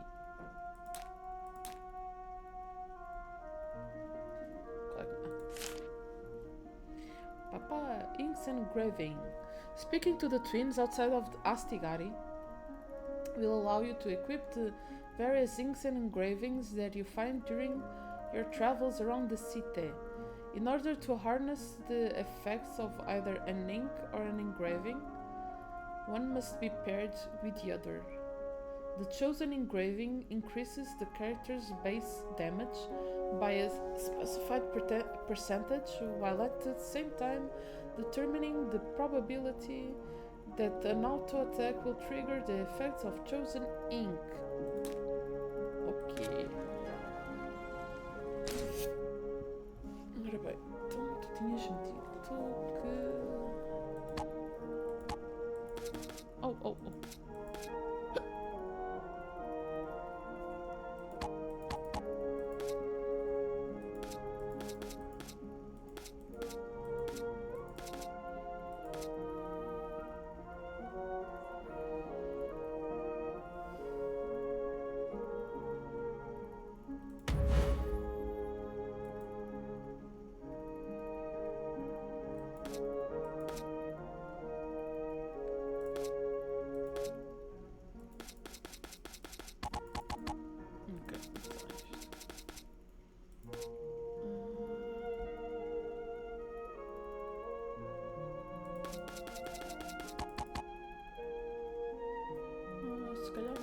Toda a gente com o mesmo engraving de momento, visto que eu posso fazer reset à vontade. Vamos meter toda a gente com a mesma coisa, pelo simples não, porque assim toda a gente tem qualquer coisita a mais. E depois, à medida que eu for apanhando as coisas, acho que tecnicamente está tudo. Vamos ver. Ok.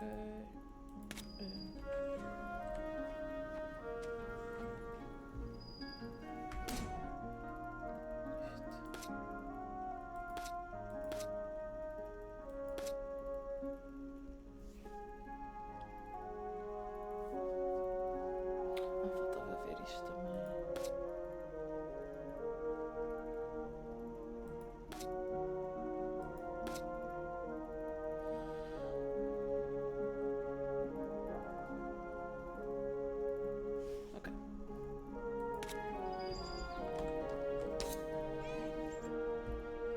Inspectore, if you don't mind me asking, you're awfully familiar with the owner of the tavern.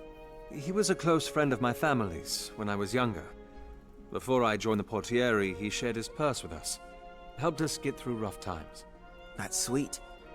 And naive. Most contadani can't even fend for themselves. What sense is there in sharing? What sense is there in not keeping everything to yourself? What's the use? Ah, the stone-cold girl finally shows a sliver of a heart. It just doesn't make sense.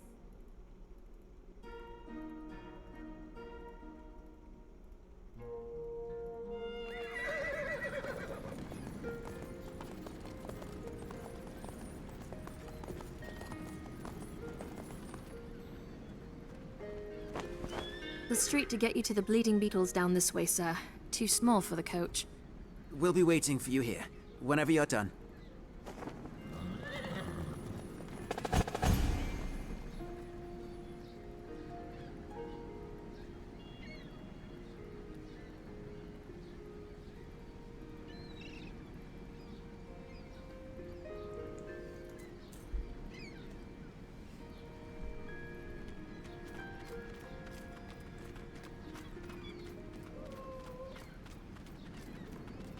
It's just ahead.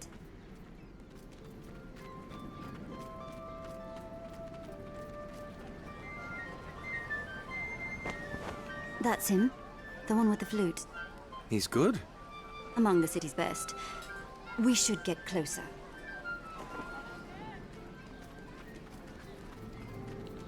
Just ahead desse episódio, depois você pode. Ora bem, quem é que. Dependendo da coloração. Isto pode parecer mais um focinho do que outra coisa. Porque aquelas que eu tenho visto deste género são muito feias.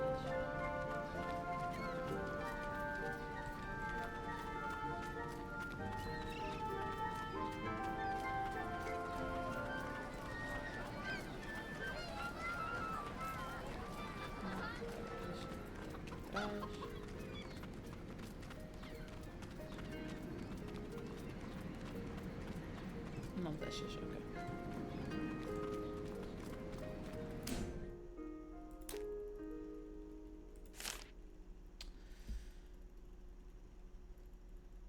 The devout twins, Ricardo and Elena. The despondency of life in the streets, the life of the contadini, is a powerful force. It whittles away hopes and dreams. It saps energies and buries lusts for life. I have seen it in action all too often, and have had enough personal experiences with this dread force to be familiar with it. My family used to live on the verge between life and this stage of existence. Death is not a good word to describe it, for we still breathed, and moved and ate and slept. But there was a point when we had almost stopped dreaming, almost stopped hoping, almost turned into one of the countless others who walked around, their shoes filled with the invisible lead, their shoulders supporting unseen weight, their eyes, and that was where you could always see it. Their eyes were empty shells, carapaces, carcasses left in the wakes of this terrible force. It happened so often, I had grown numb to it. And then this too came along. Lodged somewhere between their brown irises was a glimmer, and nothing more, lest it seemed dangerously obvious, of a dream. As I watched them more carefully, I realized the spark showed itself in other facets of the twins as well. In their banter, in the corners of their mouths, in the way they spoke of the future. Something had shielded these treasures that so many others had lost. And though I might not readily admit it, I find myself somewhat envious of them. Perhaps naivety has been their shield. They are still young, and perhaps there will come a time when their eyes will no longer smile the way they do now. With all this said, however, after they asked me to allow them to practice the visiva, how could I say no? Certainly, there's the obvious reason. I now have an Artigiani and a Fabra at my disposal.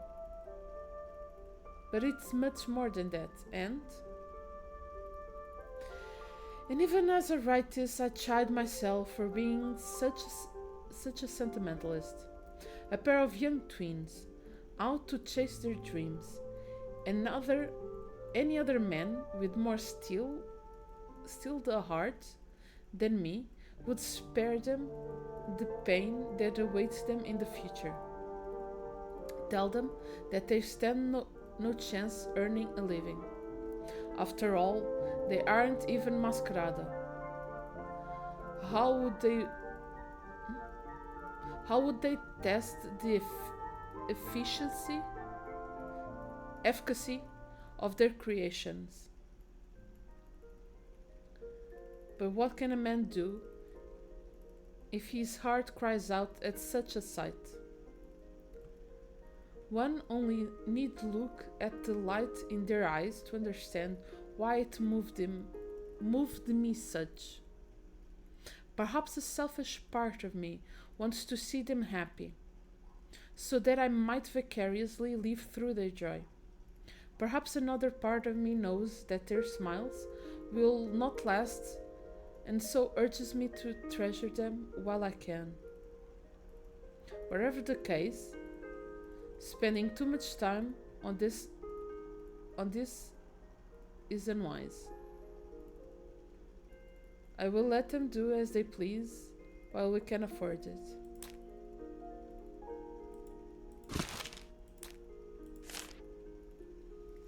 The Bleeding Beetle. Taverns such as the Bleeding Beetle are not uncommon in Ombre. These are found closer to the docks than they are to the shadows under the mountain, and are favorite haunts of Cantadani, and those simply visiting from other nations. The lack of Mascarada that come by is easily explained. Taverns such as this are for the poor and the rowdy, and few Mascarada would deign to associate themselves too closely with such common folk.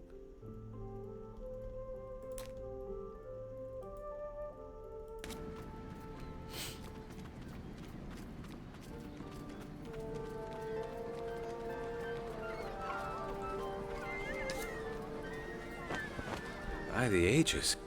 What do you see? There, over by the side. That man with the guards. That's Lysander Urshel.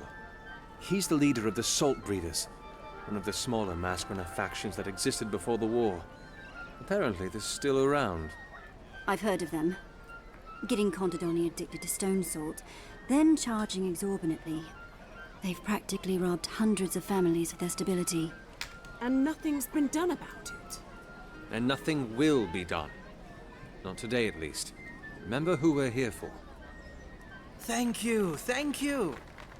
He's getting away. Marshal, don't do anything. Ai, esta mulher. You, stay where you are. What are you doing? What? Protect me. Oh, great. Justice will blind you.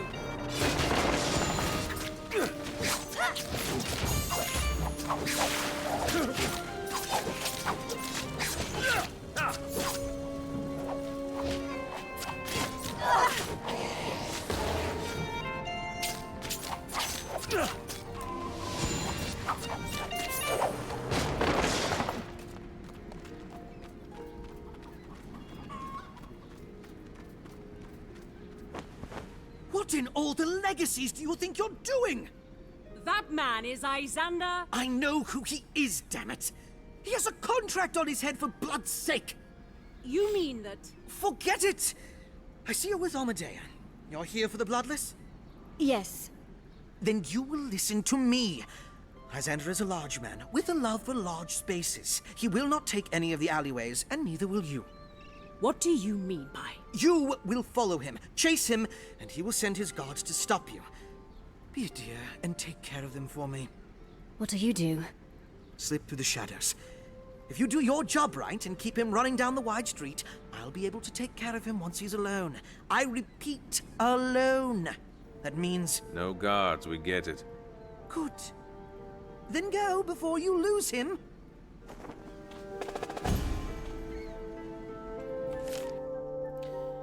Maskrunner, Salt Breathers. One of the many factions of the Maskrunners, the Salt Breeders, are led by Lysander Urshel, a man who has thrived off the misfortunes of others. Understanding how difficult the life of a Cantadani is in this world is, Lysander saw the potential profit he could weave out of a business distributing stone salt. He began small, distributing the drug to Contadani under the pretext that it was medication. Needless to say, they developed an addiction to it and came back to him for more and more, fueling his dark empire.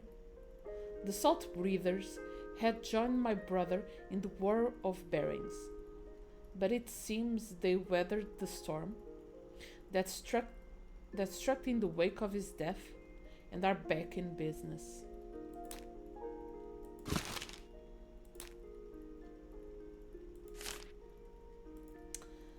Masquerada, Isaander Herschel. Not every life in the gutters is one of empty pockets and hollow stomachs.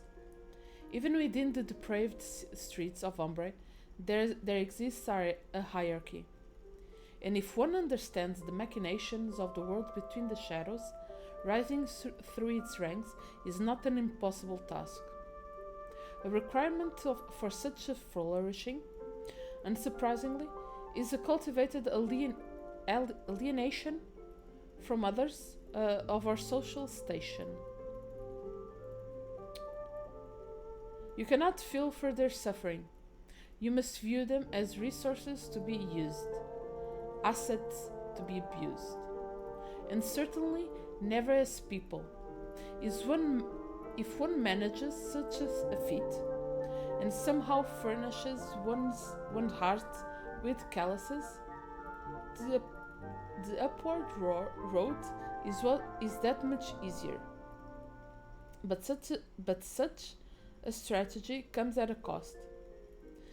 Distancing oneself from one's humanity allows others to treat one in the same manner, if far less weight on their hearts. In the more extreme cases, such as that of Isanders, death can be dealt with little remorse. It is an ultimately dangerous path to tread, and one that I, despite having been tempted many a time before, have managed to stay away from.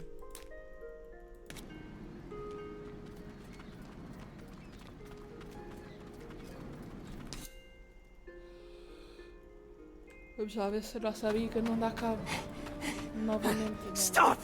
There's 3 of them. We can take them on. Protect me! Hold your ground!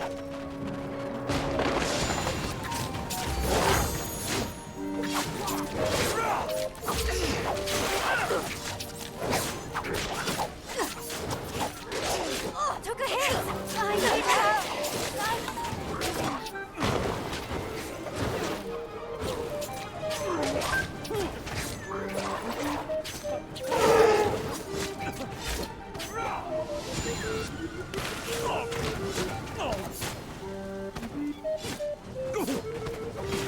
Better than this. That is a lesson I won't forget.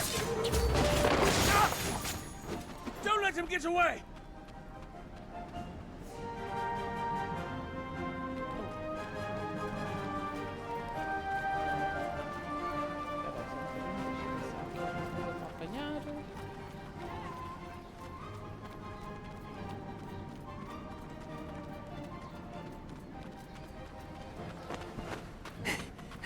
Stop! I can't run. We have to fight! Spear point!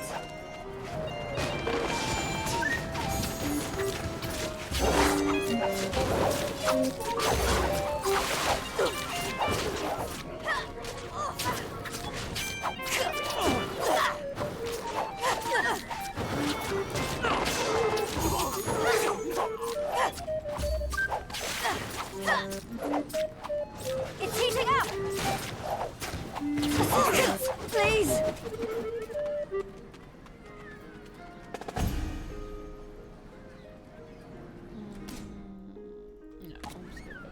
Não, vamos ver nada.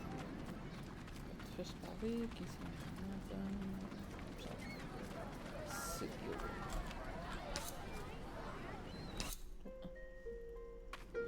There, ahead. Going somewhere?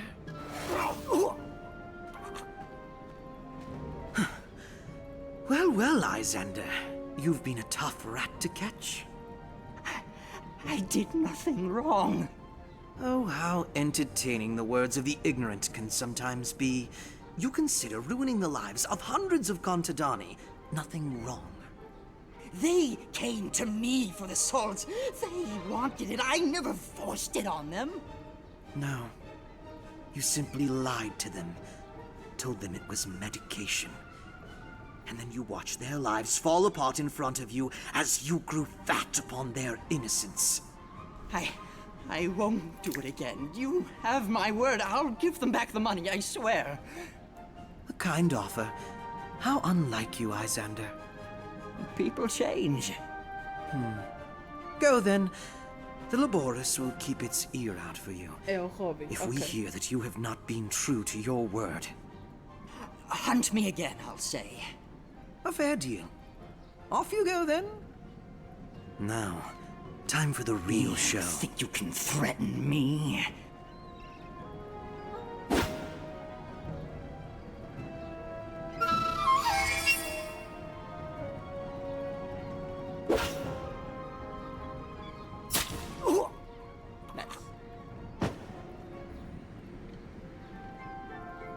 So much cleaner for the heart when they fall upon their own blade, wouldn't you say?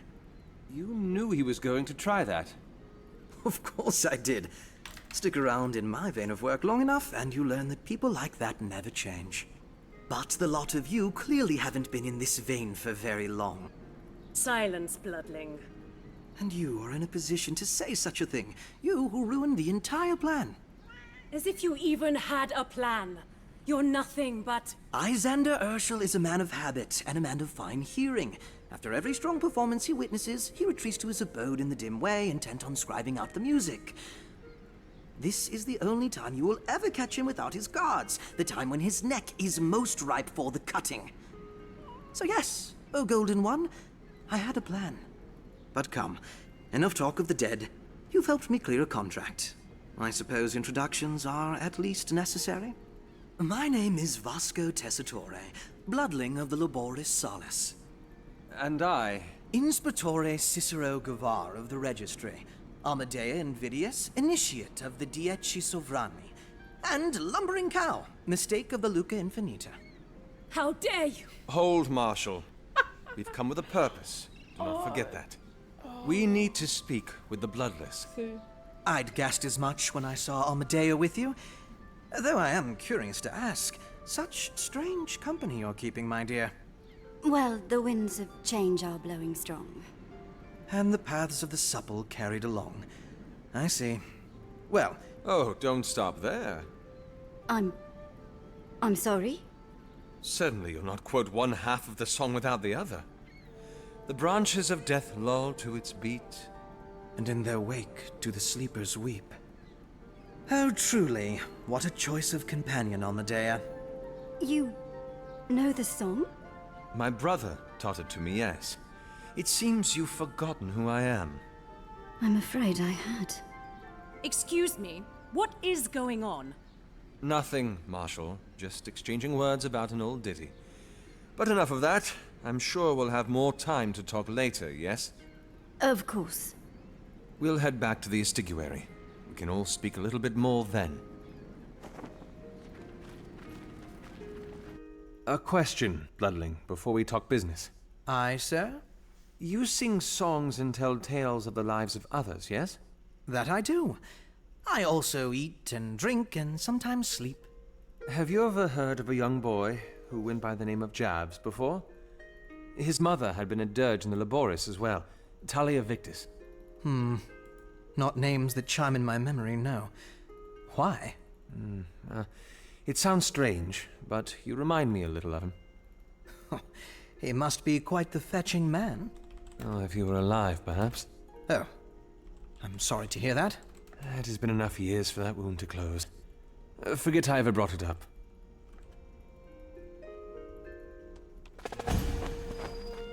My, what a beauty. Already you're taking me to the good places in Spatore.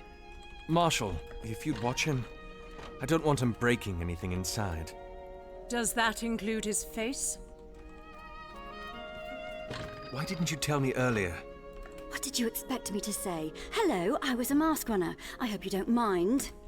When you use mask runner code phrases in front of me, that's basically what you're saying anyway. Why did you suggest the Bloodless? Surely you know where Lysandra is? It's been years since I left the Malakate. He's the best lead we have. Why did you leave? Reasons. All right, I won't pry. What? Most of the time when people ask why I left the city, I usually feel like introducing them to my fist, so... Yes, I understand if you don't want to talk about it. Besides, it's not why you're here anyway.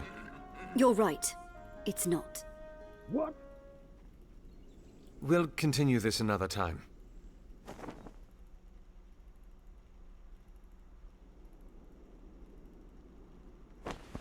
Enough, Mariner! What's going on? Ah, Inspectore. Perhaps you can be of assistance in this matter. Why did you bring him back here? We are to speak to him in the privacy of our lodging. I see no issue with that.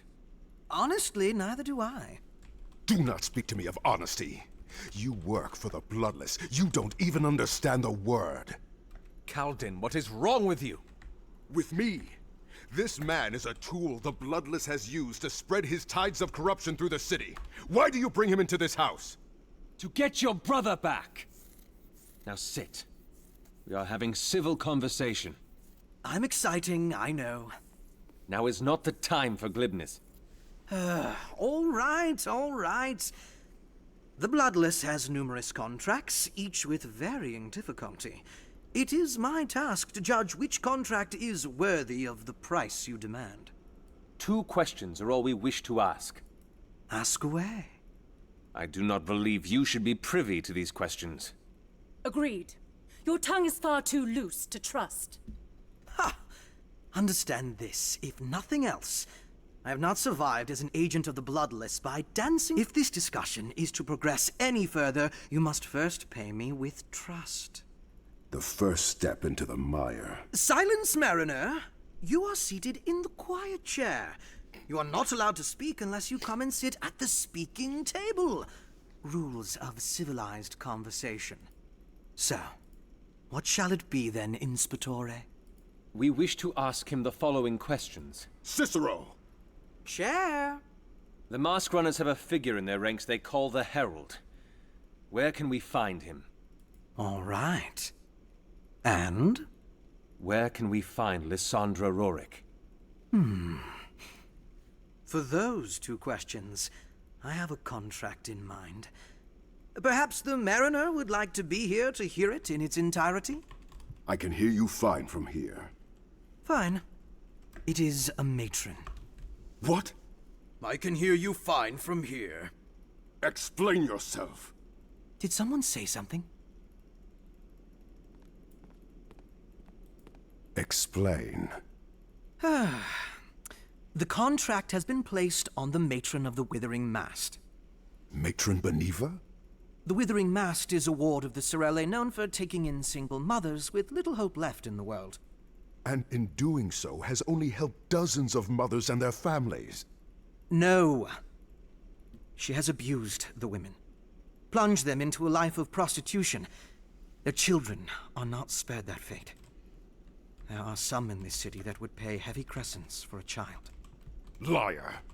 You do well to understand how seriously the Laboris take their contracts, Mariner. If the intelligence says that she is guilty, be assured that you will find no evidence otherwise. And if we fulfill this contract, the Bloodless will meet us? The Bloodless will give you your answers. Yes. She is a matron of the Sorelle, Cicero. A matron of my guild. I need to see for myself if this is true. I'm going. No. You have a vested interest in this, Mariner. But I... And seeing another Sorelle asking about her ward, it'll raise flags, don't you think? Oh, you're right.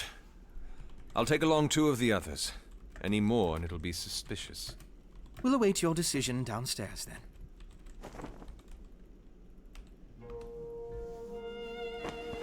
Quite a temper back there. The man brings dark tides, and I do not like it. What do you have against him? Some burdens are better borne on the shoulders of many. Mine are not such burdens. But I appreciate the thought. Razatov is somewhere out there, and I need your mind on this. Fully. I can see dark clouds in your eyes. You are drifting from this investigation. I don't want that. Whatever these burdens of yours are, if you ever think sharing them might help... The others are waiting for you.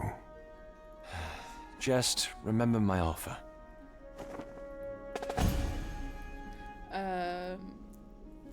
Oi, Ana. Eu comprei este jogo na altura, já há uns anos atrás, especificamente porque era o Mercer que dava a voz ao personagem principal. E também porque o jogo é tipo bué máscaras venezianas e isso. Eu fiquei tipo...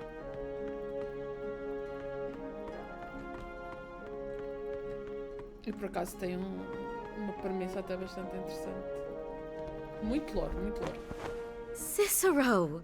Ven was telling me we had a special guest. Livia! I missed you last night. I was out with Damien. We had some errands to run, shopping for Seiho's sojourn. It's tomorrow, after all. Damien? Oh, Cicero. It's been that long, hasn't it? I'm afraid I'm missing something. Cicero, meet Damien Marimbus, our son. Pa, is this... That's him, all right. Wow. Pleasure, sir. A real pleasure. What awful stories has your father told you about me? Oh, awful? You're kidding, sir. Nothing short of amazing they are. Oh, Ven. I speak the truth. What can I say? I'm sorry for taking your time, Cicero. You're busy, I'm sure. And we have preparations to make for the festival, but it was nice seeing you again. And you as well, Livia. You won't be going off from here anytime soon, will you? No, we'll be seeing you around, Cicero. Don't worry. Excellent. Then until next time.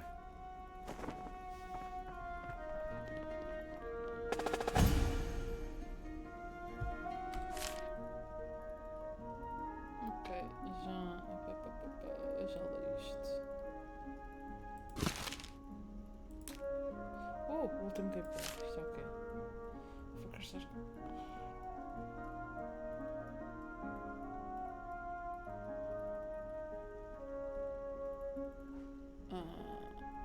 Ok. Eu tentei ignorar um bocadinho isto. Porque, pronto, não é. So, found anything? I wasn't able to do very much without the proper tools.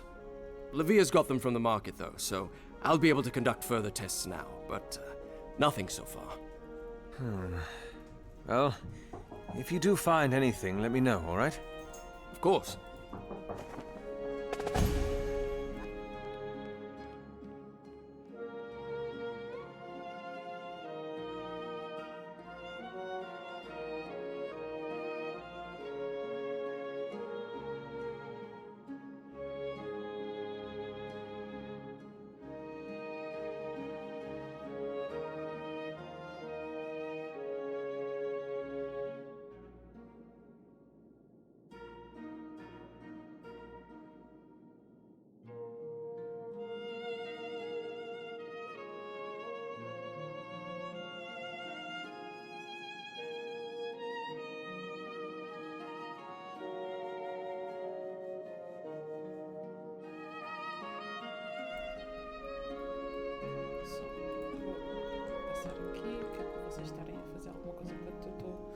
A pedir o jantar. Amadea. Not now. I wasn't going to talk about that. I was going to ask about how you knew the Bloodling. Same thing. You met him as a mask runner? I thought you said you weren't going to talk about it. I just need to know if we can trust him. We can. All right. If you say so.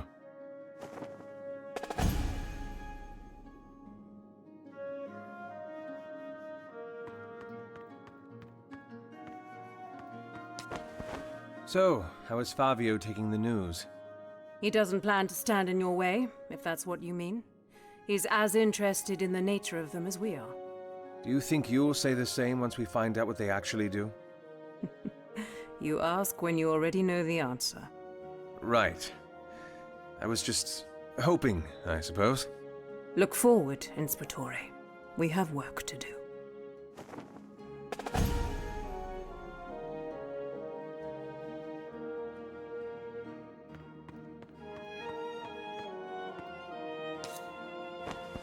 Settled in already, I see. It's quite the lovely place you have, really. And quite the motley crew as well. Don't I know it? It's not every day you see drops of colors in such close proximity. Golds and blues and browns. Makes me wonder, though, what strange reasons glue this lot together? Perhaps if you do your job, you might find out. Yes, of course. We'd best get on with it then, no?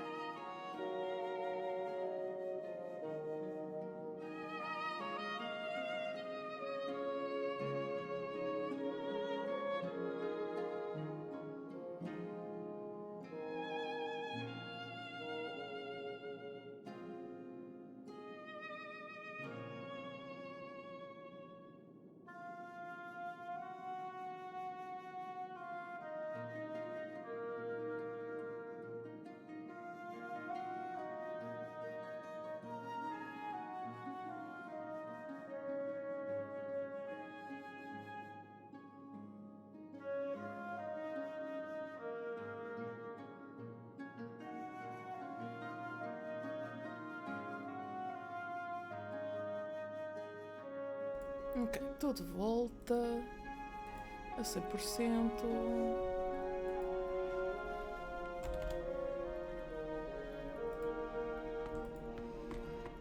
Sim, ela é muito sassy, é.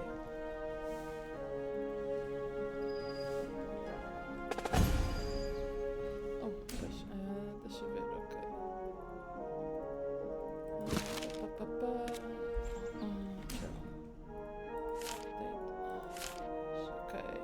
I have gained the assistance of one of the bloodless messengers, Vasco Tessitore, who has informed us that if we indeed desire the bloodless assistance in identifying the Herald and locating Lysandra, then we are first going to have to complete the contract on the bloodless behalf, on a matron of the Sorel ward called the Withering Mast. Though I have tried to steer clear of politics during my return here, I cannot say this in turn of events... Foda-se, com caralho. I cannot say this turn of events surprises me. Com caraças. Não vou já para aí.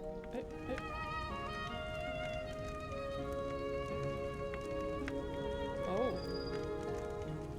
Ok. Deixa eu ver se eu tinha alguma coisa. Acho que não ganhei nada. Tenho alguma ink nova? Não. Portanto, deixa de estar onde estava. Tenho alguma marca nova? Também não. Mas tu, Vasquinho, tens que ter uma marca. Pronto.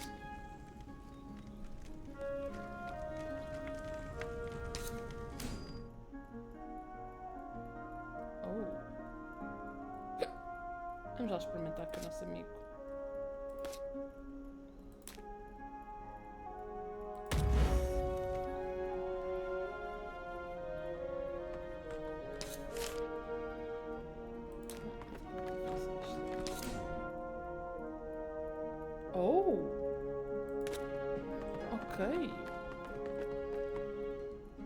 Pois é, peraí, que o nosso amigo Vasco... Oh filho. Primeiro vamos começar aqui.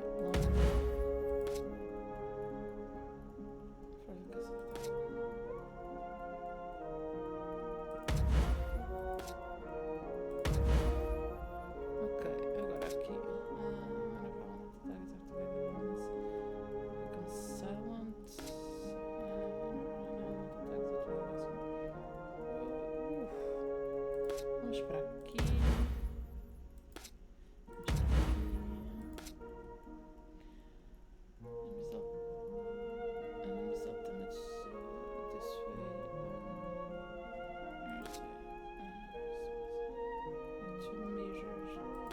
Vamos para aqui para lhe dar a tag e blur last. E mais um. Ah, estás aqui. Requiem. Vasco Channel Spirits.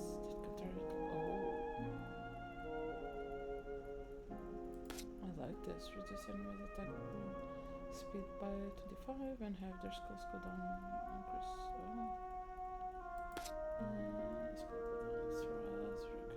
Oh!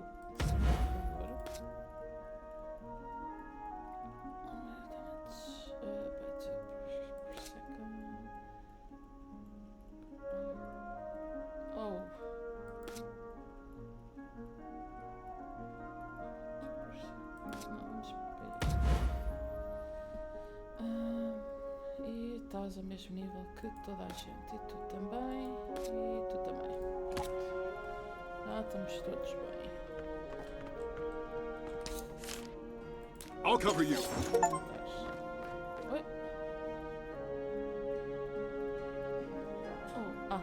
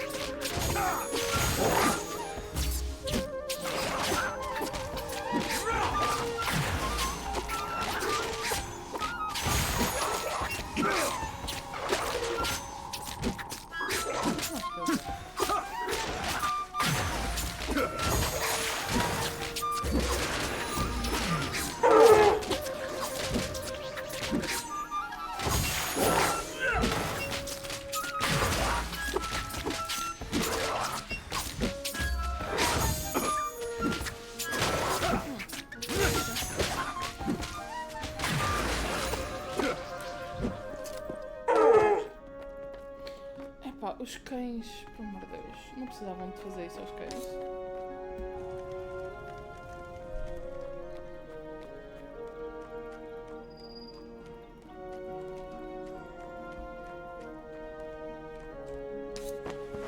Here we go, sir. All touched up. Oh.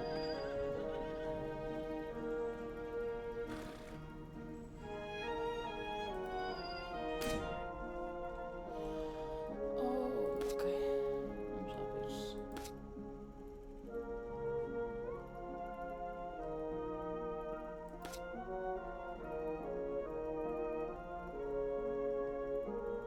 Attacks caster for 10 seconds. No. Caster that taunts enemies for 10 seconds. É pena não dar para ver como é que ele fica com a máscara. Por enquanto gosto mais desta. Deixa lá ver tudo. Oh, qual é esta? Spar water, give all else for 5 seconds, ok. Of taunts, não, tá bom, a máscara que tens. Continuar protection that lasts for 10 seconds. If she takes fatal damage, dear is active, she heals for. Oh, ok. Moving fireball in a single direction. Não! Oh filhos, dava jeito a vocês darem máscaras melhores do que as básicas. Que as básicas até agora têm sido das melhores. When they turns to ground within the pools of quickened sand, rooting enemies within 10 seconds. Summons to. Oh, esta vá lá. Acho que é o único que. Enemies. Vamos para esta. Acho que esta é capaz de ser a única até agora que é melhorzita que a original. Increases Vasco's movement, speed by 2, reduces strength gain by 10 seconds. Não tens nenhuma nova, portanto mantens a que tens. Vamos lá. Where to, sir? A Sorelle ward. The Withering Mast.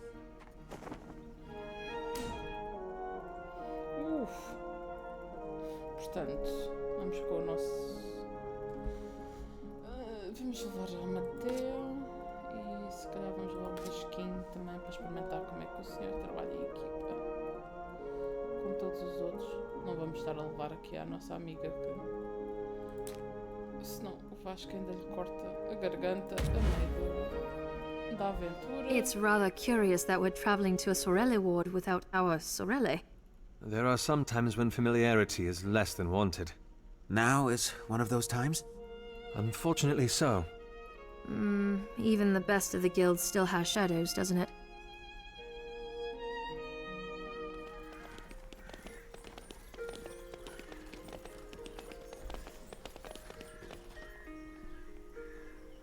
We'll be here, sir.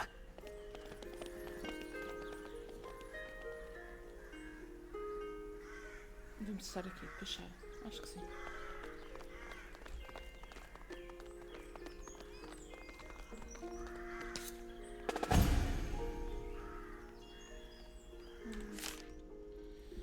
Sorelle del Mare. The Sorelle del Mare, or the Blue Guild, is a guild famous for the helping hand in. It extends towards those at the lower ranks of society. Its powers lies in the sheer size of the guild, as the requirements they set to joining aren't particularly demanding. E vamos para aqui sem o outro.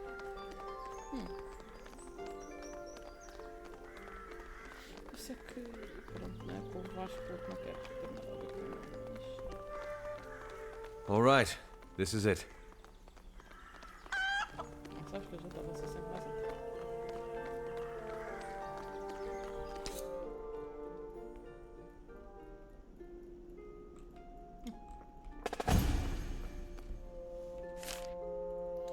The Withering Mast is known for being a place of kindness and generosity, a shelter for single mothers and their children. It has come to my knowledge, unfortunately, that the matron in charge of it has a contract on her head. Now it is time to see if that contract will indeed lead us to a dark secret behind these blue walls. Não era isto? Era isto? Pois é, isto. Ok. Ai, não dá para dar ali isto tudo. Espera aí, deixa-me só fazer. Façam depois vocês a mesma coisa que ontem. Anteontem. E vou deixar isto para vocês poderem fazer pausa e lerem no VOD.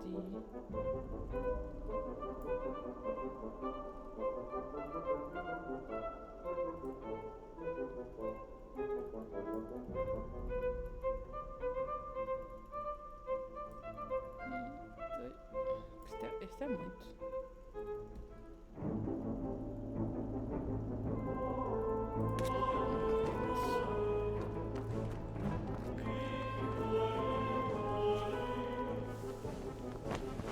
An Inspectore. It is rare to see a member of the White Spire in a blue ward. It is brave of you to come. It is only brave if there is a reason to be afraid. And there isn't, of course. My name is Matron Beneva. And mine you needn't know. Ah, of course. I understand. Well, I shouldn't keep you too long then. It seems the lot of you have a purpose here. I'd best leave you to it. I'm surprised she didn't recognize you. Whatever it is, we need to find evidence of what she's up to. The women here should be able to tell us more.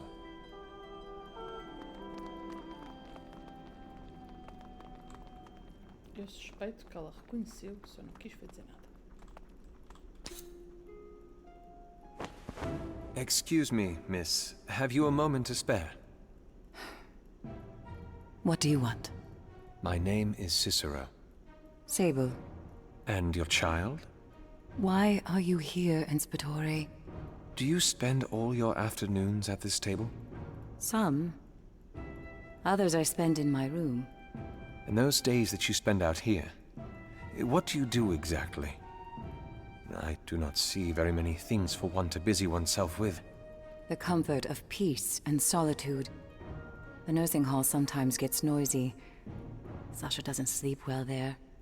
That is considerate. Of course. I would do anything for my daughter. Truly? If you have an answer that you are attempting to goad out of me, ask the right questions. You are a direct woman. There is no room in this world for subtlety. When you need to survive, you cannot spare thoughts for the game of questions. You ask, you answer, you move on, and treasure the moments in between. Is that what life is like in here? Ask, answer, move on? To the next question, the next meeting, the next customer? You are just like them. Sable, please. You're not an Inspectore. You're a beast. You are mistaken. I have not come here to... Sable? Again? If the matron learns that you are displeasing our guests... It is all right, Sorelli. There is no issue here. Well, if there is anything, Inspectore, anything at all, I will be right over there. You have spirit. Your daughter has been very quiet. You said that I was mistaken. Prove it. Tell me you are not of their kind. I am not. By all the ages, you have my word in my heart. Then help me. Please.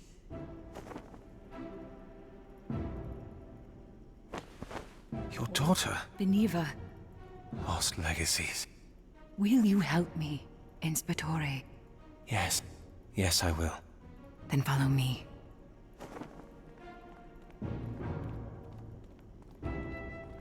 Everything is fine, Asha.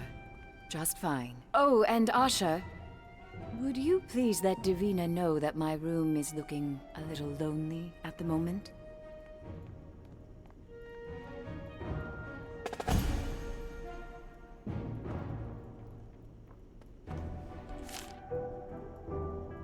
I have met few people who have the strength that this woman does. Living in the city without the opportunity is one thing, but to be thrust into a position in which your freedom is stripped from you is another. Despite it all, however, she has proven herself persistent. There is a fire within her that has yet to be put out, and I am glad that we have arrived in time to receive her assistance. Não há aqui nada de novo, vocês estão de volta daquelas. Ok.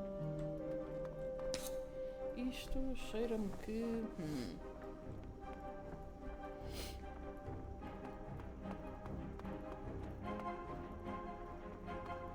Alguma coisa para este lado.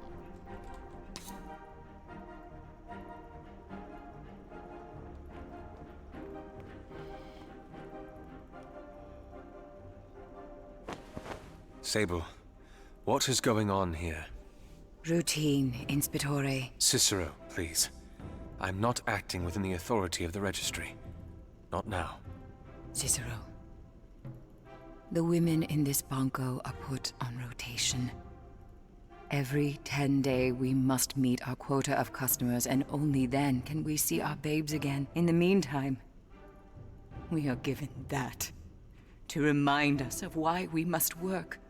When we have our darlings back, they lock us in a room beneath the ground until our names appear on the roster again. It will change, Sable.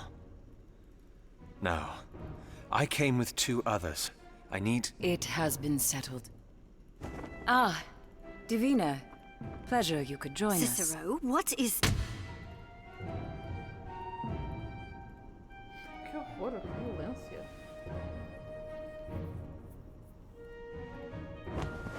If this plan goes wrong, she will not have to lie when she tells them she was no part of it. She and her babe will be safe. I did not hit her hard, so we don't have much time. The passage to the chambers beneath are down the hall. Beneva keeps those who are not on duty on the first level beneath the earth. But there are more levels beneath. When we are on duty, she takes our babes and descends further. I don't know what awaits us beyond. I've never been deeper myself. Now, let's go.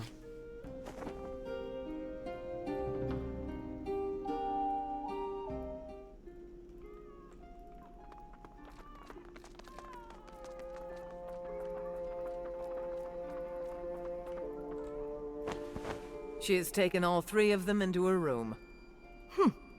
That cape is just cloth over the shoulder of a mortal thirsty for flesh. But come, her job is done. It is time for us to retrieve Sasha for her. Sasha.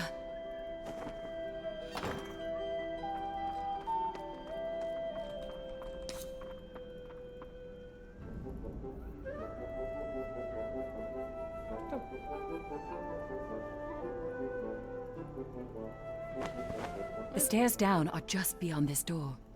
I understand. Cicero, they're likely guarded.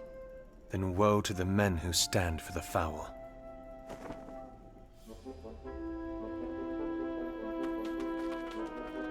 What are you doing here? Let's make them regret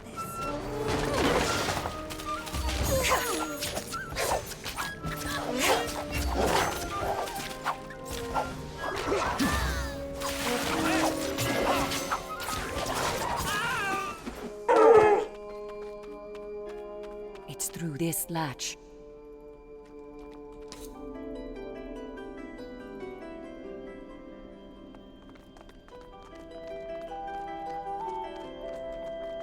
Intruders! We've got this!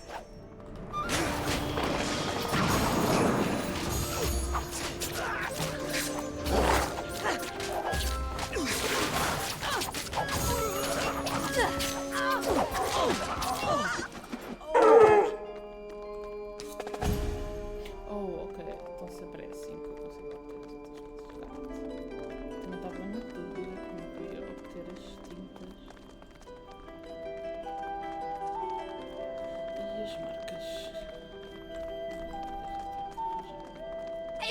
Answers! Ah, eyes from the White Spire. Stay back, Sable. Finally gathered the gall to try, did you? You seem to have forgotten what happens to the children of women who... You leave Sasha alone! Oh, don't waste your words. When you're gone, you won't be able to shed tears for her anyway. And you, Inspitore, it seems you found out about my little operation. I'm afraid I can't let you leave now. Target practice.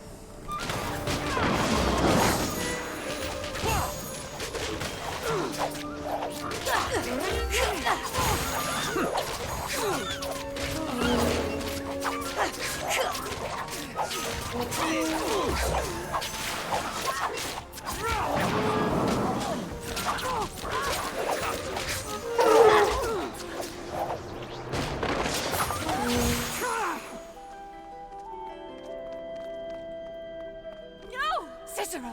She's going after Come on. Sasha!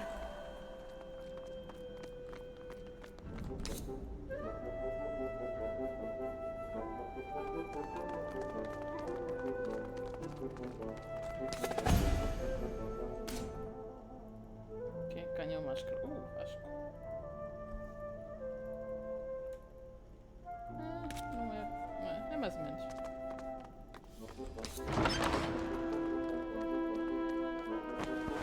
A final chance, Inspitore. Turn and leave, and the blood of the innocent needn't be on your hands. I will not let willful ignorance cost the people of this Bonko their lives, Beneva. Oh, you interfering will do far worse than that, I assure you. Beneva, please! Enough! If talk will not turn you away, then perhaps action will. Spear point!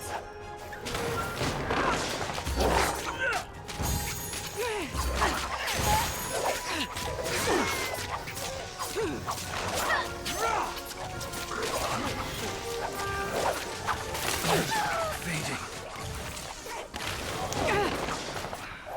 No! You have my You gratitude. will see what you have cost them. Sasha!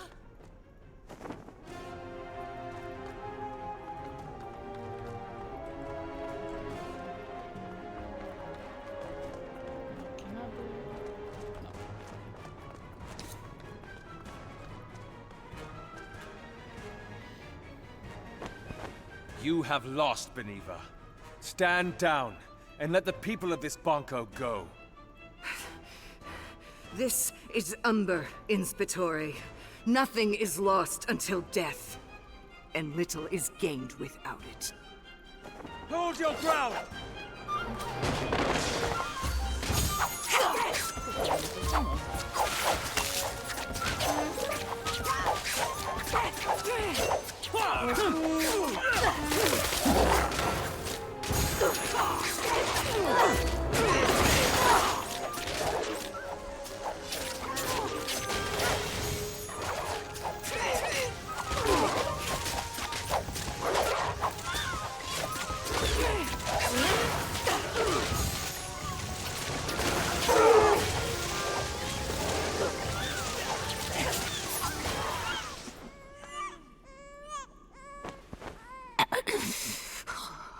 You... The mechanisms of a contract, Beneva. The Labores are fools. They think to take everything into their own hands, but you have seen through their ideals. You know why this place exists. I am not here for your justifications. Goodbye, Beneva.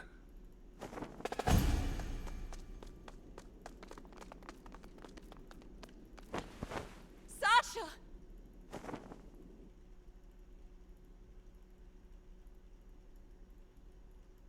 Ainda está viva a criança? Ainda está viva a criança. Take it in. We owe it to you. Please, Sable. If it hadn't been for you... Stop it, Cicero. You know where the true credit lies. Looks like they're leaving. Goodbye, Inspitore. Goodbye.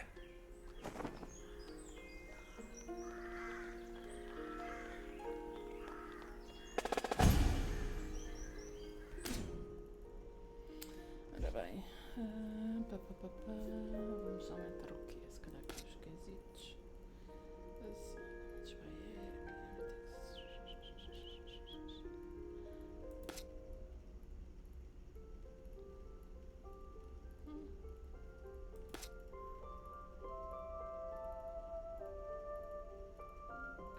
Oh. Não.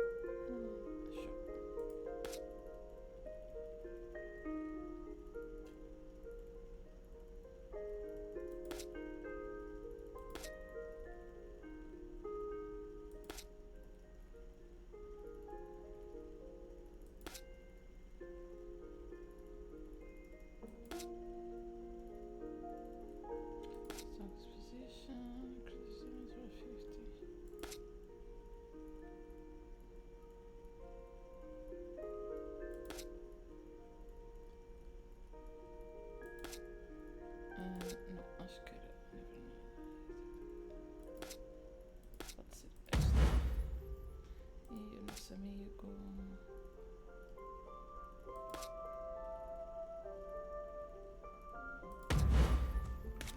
Não gostei muito do Spirit.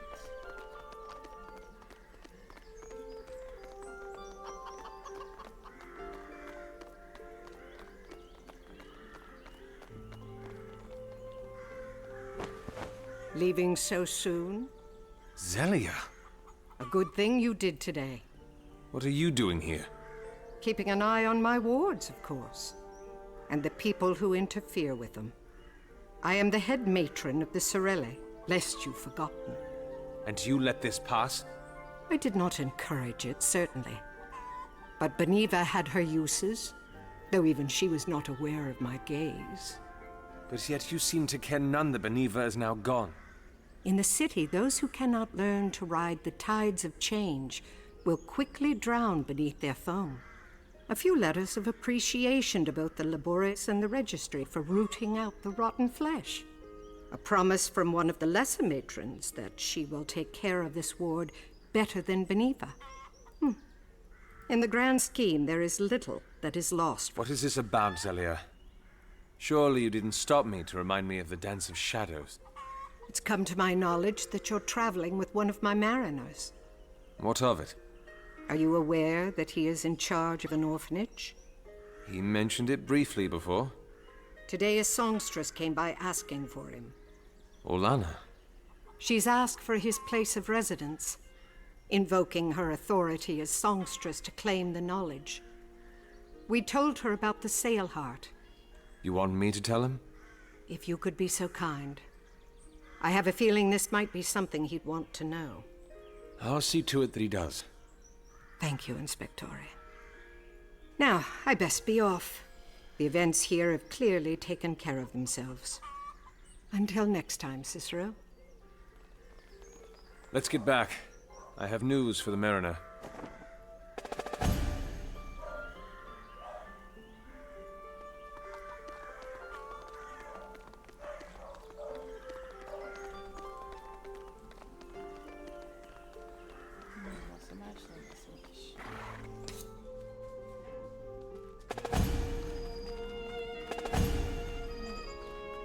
Hot water greens. New mask available. Oh. Call lightning. Calls on lightning strikes around the caster to do 20 damage and stun enemies for 2 seconds. Oh. Call original. Increases fast movement speed and reduces. Ah não, isto é melhor. É um bocadinho feia, mas é melhor.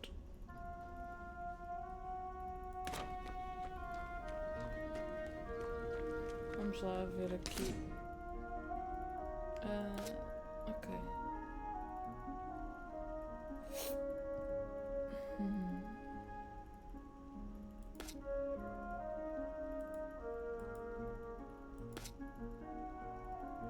Não gosto mais desta.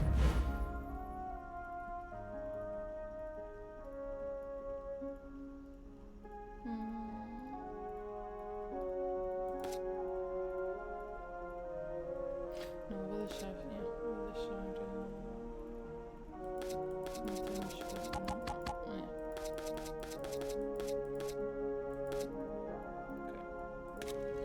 Vamos deixar ficar assim. Os outros.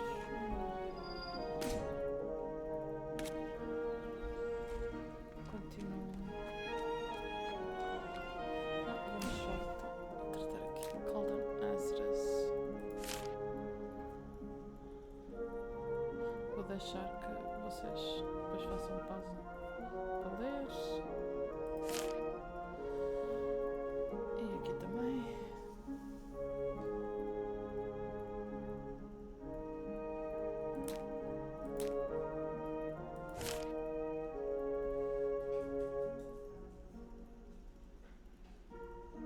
Tiziana. Amadea. Ui, Amadea tem um pé.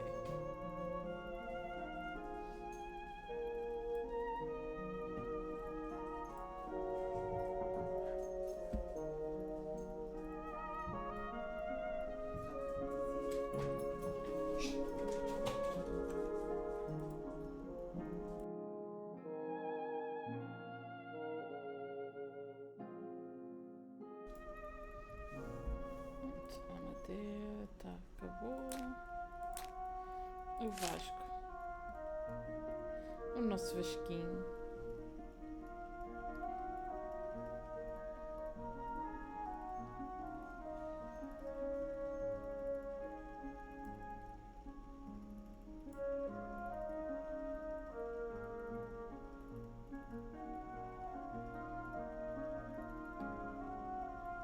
Portanto, pelo que me parece,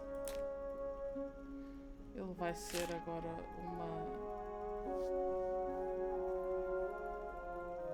uma personagem até ao final do jogo. O que é bom.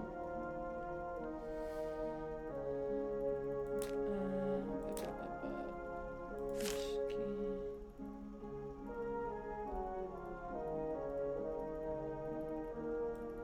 Ai, caraças.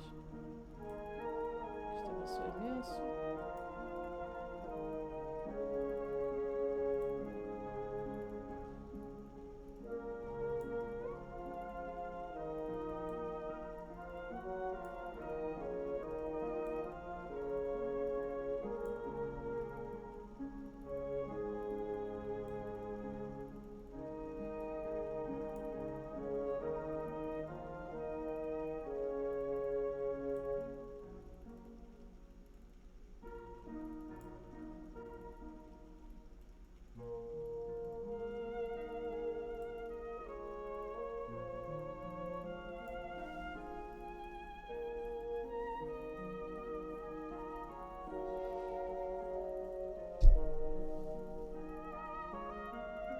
Ahá, eu sabia que o gajo tinha salvo a vida do coisa. Tinha que ser, pelos vistos, ele só conhece, toda a gente que ele conhece salva-lhe a vida.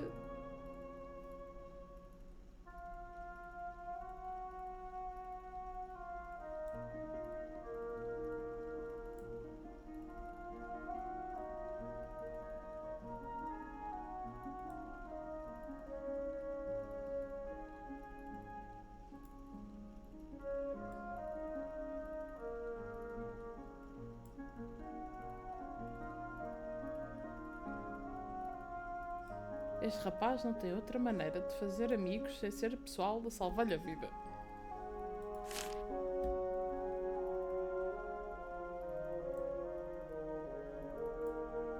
Não consegue fazer amizades de outra maneira. Já estou a ver.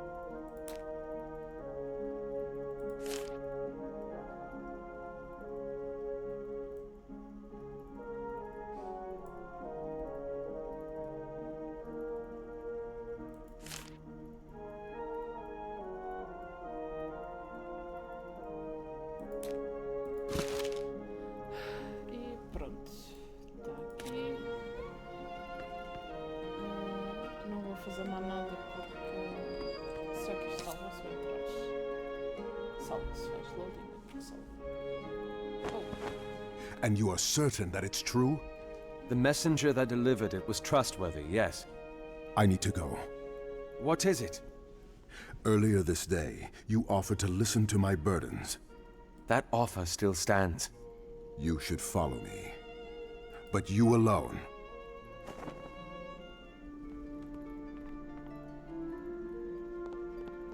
Ok. Pessoal, vou jantar, vou deixar-vos por aqui. Vamos para aqui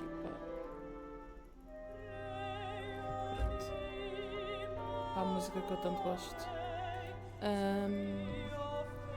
Vamos agora para um intervalozito.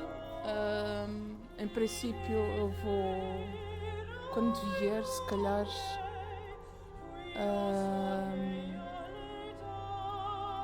eu vou fazer, se calhar vocês fazem comigo também, a minha personagem de Hunter para a tal campanha para uma das campanhas que eu vou estar agora a jogar no próximo mês, nas próximas semanas, e depois disso, se calhar, se não houver tempo, ainda jogo outro joguinho que tenho aqui, mas por hoje Mascarada, Songs and Shadows está terminada. Espero que tenham gostado e vemo-nos daqui a bocadinho. Vão também jantar, fazer as vossas coisas e a gente já se vê. Até já, pessoal!